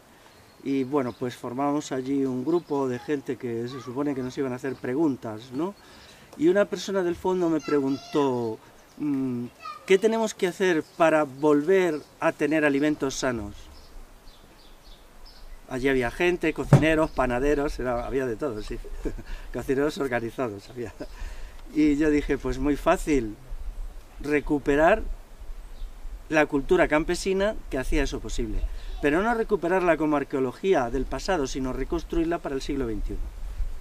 Porque claro, los proyectos que ahora existen, con toda la respetabilidad que hay que dárseles, no atienden al problema principal, que es que no basta con que alguien haga pan, o con que alguien haga un huerto, con que lo hagan 100 personas. Si detrás de eso no hay una cosmovisión organizadora de la sociedad, eso serán experiencias aisladas que se queden aisladas. Eso es así. O sea, puede haber 10 experiencias aisladas, 100 o 1000, pero lo que necesitamos es un proyecto total. Ese proyecto por ahora no está avanzando. No soy optimista y lo digo con sinceridad. Avanza muchos proyectos parciales o puntuales, pero no avanza la búsqueda de una sociedad que pueda responder a los grandes problemas de nuestra época y que tiene que tener como base el campo. Que la ciudad ha fracasado está claro, no solamente en el sentido objetivo, no es convivencial, ¿no? La sociedad es el reino de la soledad, de la depresión, del alcoholismo. Para mí esa es la principal crítica. Cuando yo fui a vivir de adolescente a la ciudad, lo que más me impactaba era eso. Era la frialdad de la gente, la indiferencia de unos hacia otros. No me preocupaba tanto la contaminación, sino aquello no era una comunidad humana, sino era solamente una masa de gente que estaba junta físicamente, pero se ignoraba totalmente la convivencia. Eso que yo fui a barrios populares, ¿no? Esto sí me llamó la atención y de hecho yo nunca me he acostumbrado a la ciudad por eso. Ahora ya las encuestas dicen, una que se hizo a principios de año, la gran mayoría de la población menor de 40 años admite que si pudiera se iría fuera de la ciudad. Esto es un fenómeno nuevo. Hace 30 años era el contrario. La ciudad era el bien y el campo era el mal. Ahora, aunque esto tiene muchos elementos que hay que considerar, bueno, las cosas no son tan bonitas, pero al menos verbalmente la gente ya no cree en las ciudades. Sería lógico, por lo tanto, que en una situación así se hiciera una propuesta global de, digamos, recuperación de un modo de vida rural que respondiera a los grandes problemas. Esto por el momento no se está haciendo. Mi libro lo intenta, pero mi libro es solo un libro. Es verdad que está teniendo mucha continuidad y hay muchos proyectos ahora que en cierta medida conectan con él, ¿no? Pero mi libro es... hace poco, bueno, lo tengo que contar porque si no... había un documental por ahí sobre el mundo rural, ¿no? Y entonces, pero un documental muy bien hecho y además que está circulando por todo el mundo, porque... y entonces en la mesa había productos agrícolas de un hortelano, ¿no? Y entonces, inadvertidamente, entre cestas de tomates, pimientos y tal, estaba mi libro. Pero no lo habían puesto allí para, vamos a ver, para hacer publicidad, no, si yo a esa gente ni la conozco, no. Luego me puse a averiguar, no, sino simplemente porque lo estaban leyendo, ¿no? Y entonces cuando llegó la gente que le grabó, pues pusieron el libro en la mesa, ¿no? Bueno, eso es muy importante, claro, uno escribe siempre un libro para que sea entendido, para que sea apreciado y también para que sea continuado. Yo respecto a Galicia, estamos muy lejos de Galicia, ¿no? Pero aquí este libro se refiere a lo mismo. La sociedad rural gallega era muy peculiar, tenía unas características muy impactantes y yo lo sabía. Entonces pues fui recogiendo mucho material que no me atreví a meter en este libro. No quería meterlo porque no estaba seguro. Y entonces surgió un grupo de amigos de Galicia que me dijeron, venga, si tú le escribes, nosotros te lo corregimos, para que no metas así la pata en cosas gordas de Galicia, porque yo Galicia la conozco muy poco, y te lo editamos. Y así ha sido, y ha sido un éxito. Esto ya es la tercera edición. Es la tercera edición, y también está conectando muy bien con la añoranza de mucha gente sobre la ruralidad gallega, que es una añoranza que tiene gente de menos edad, puesto que la Galicia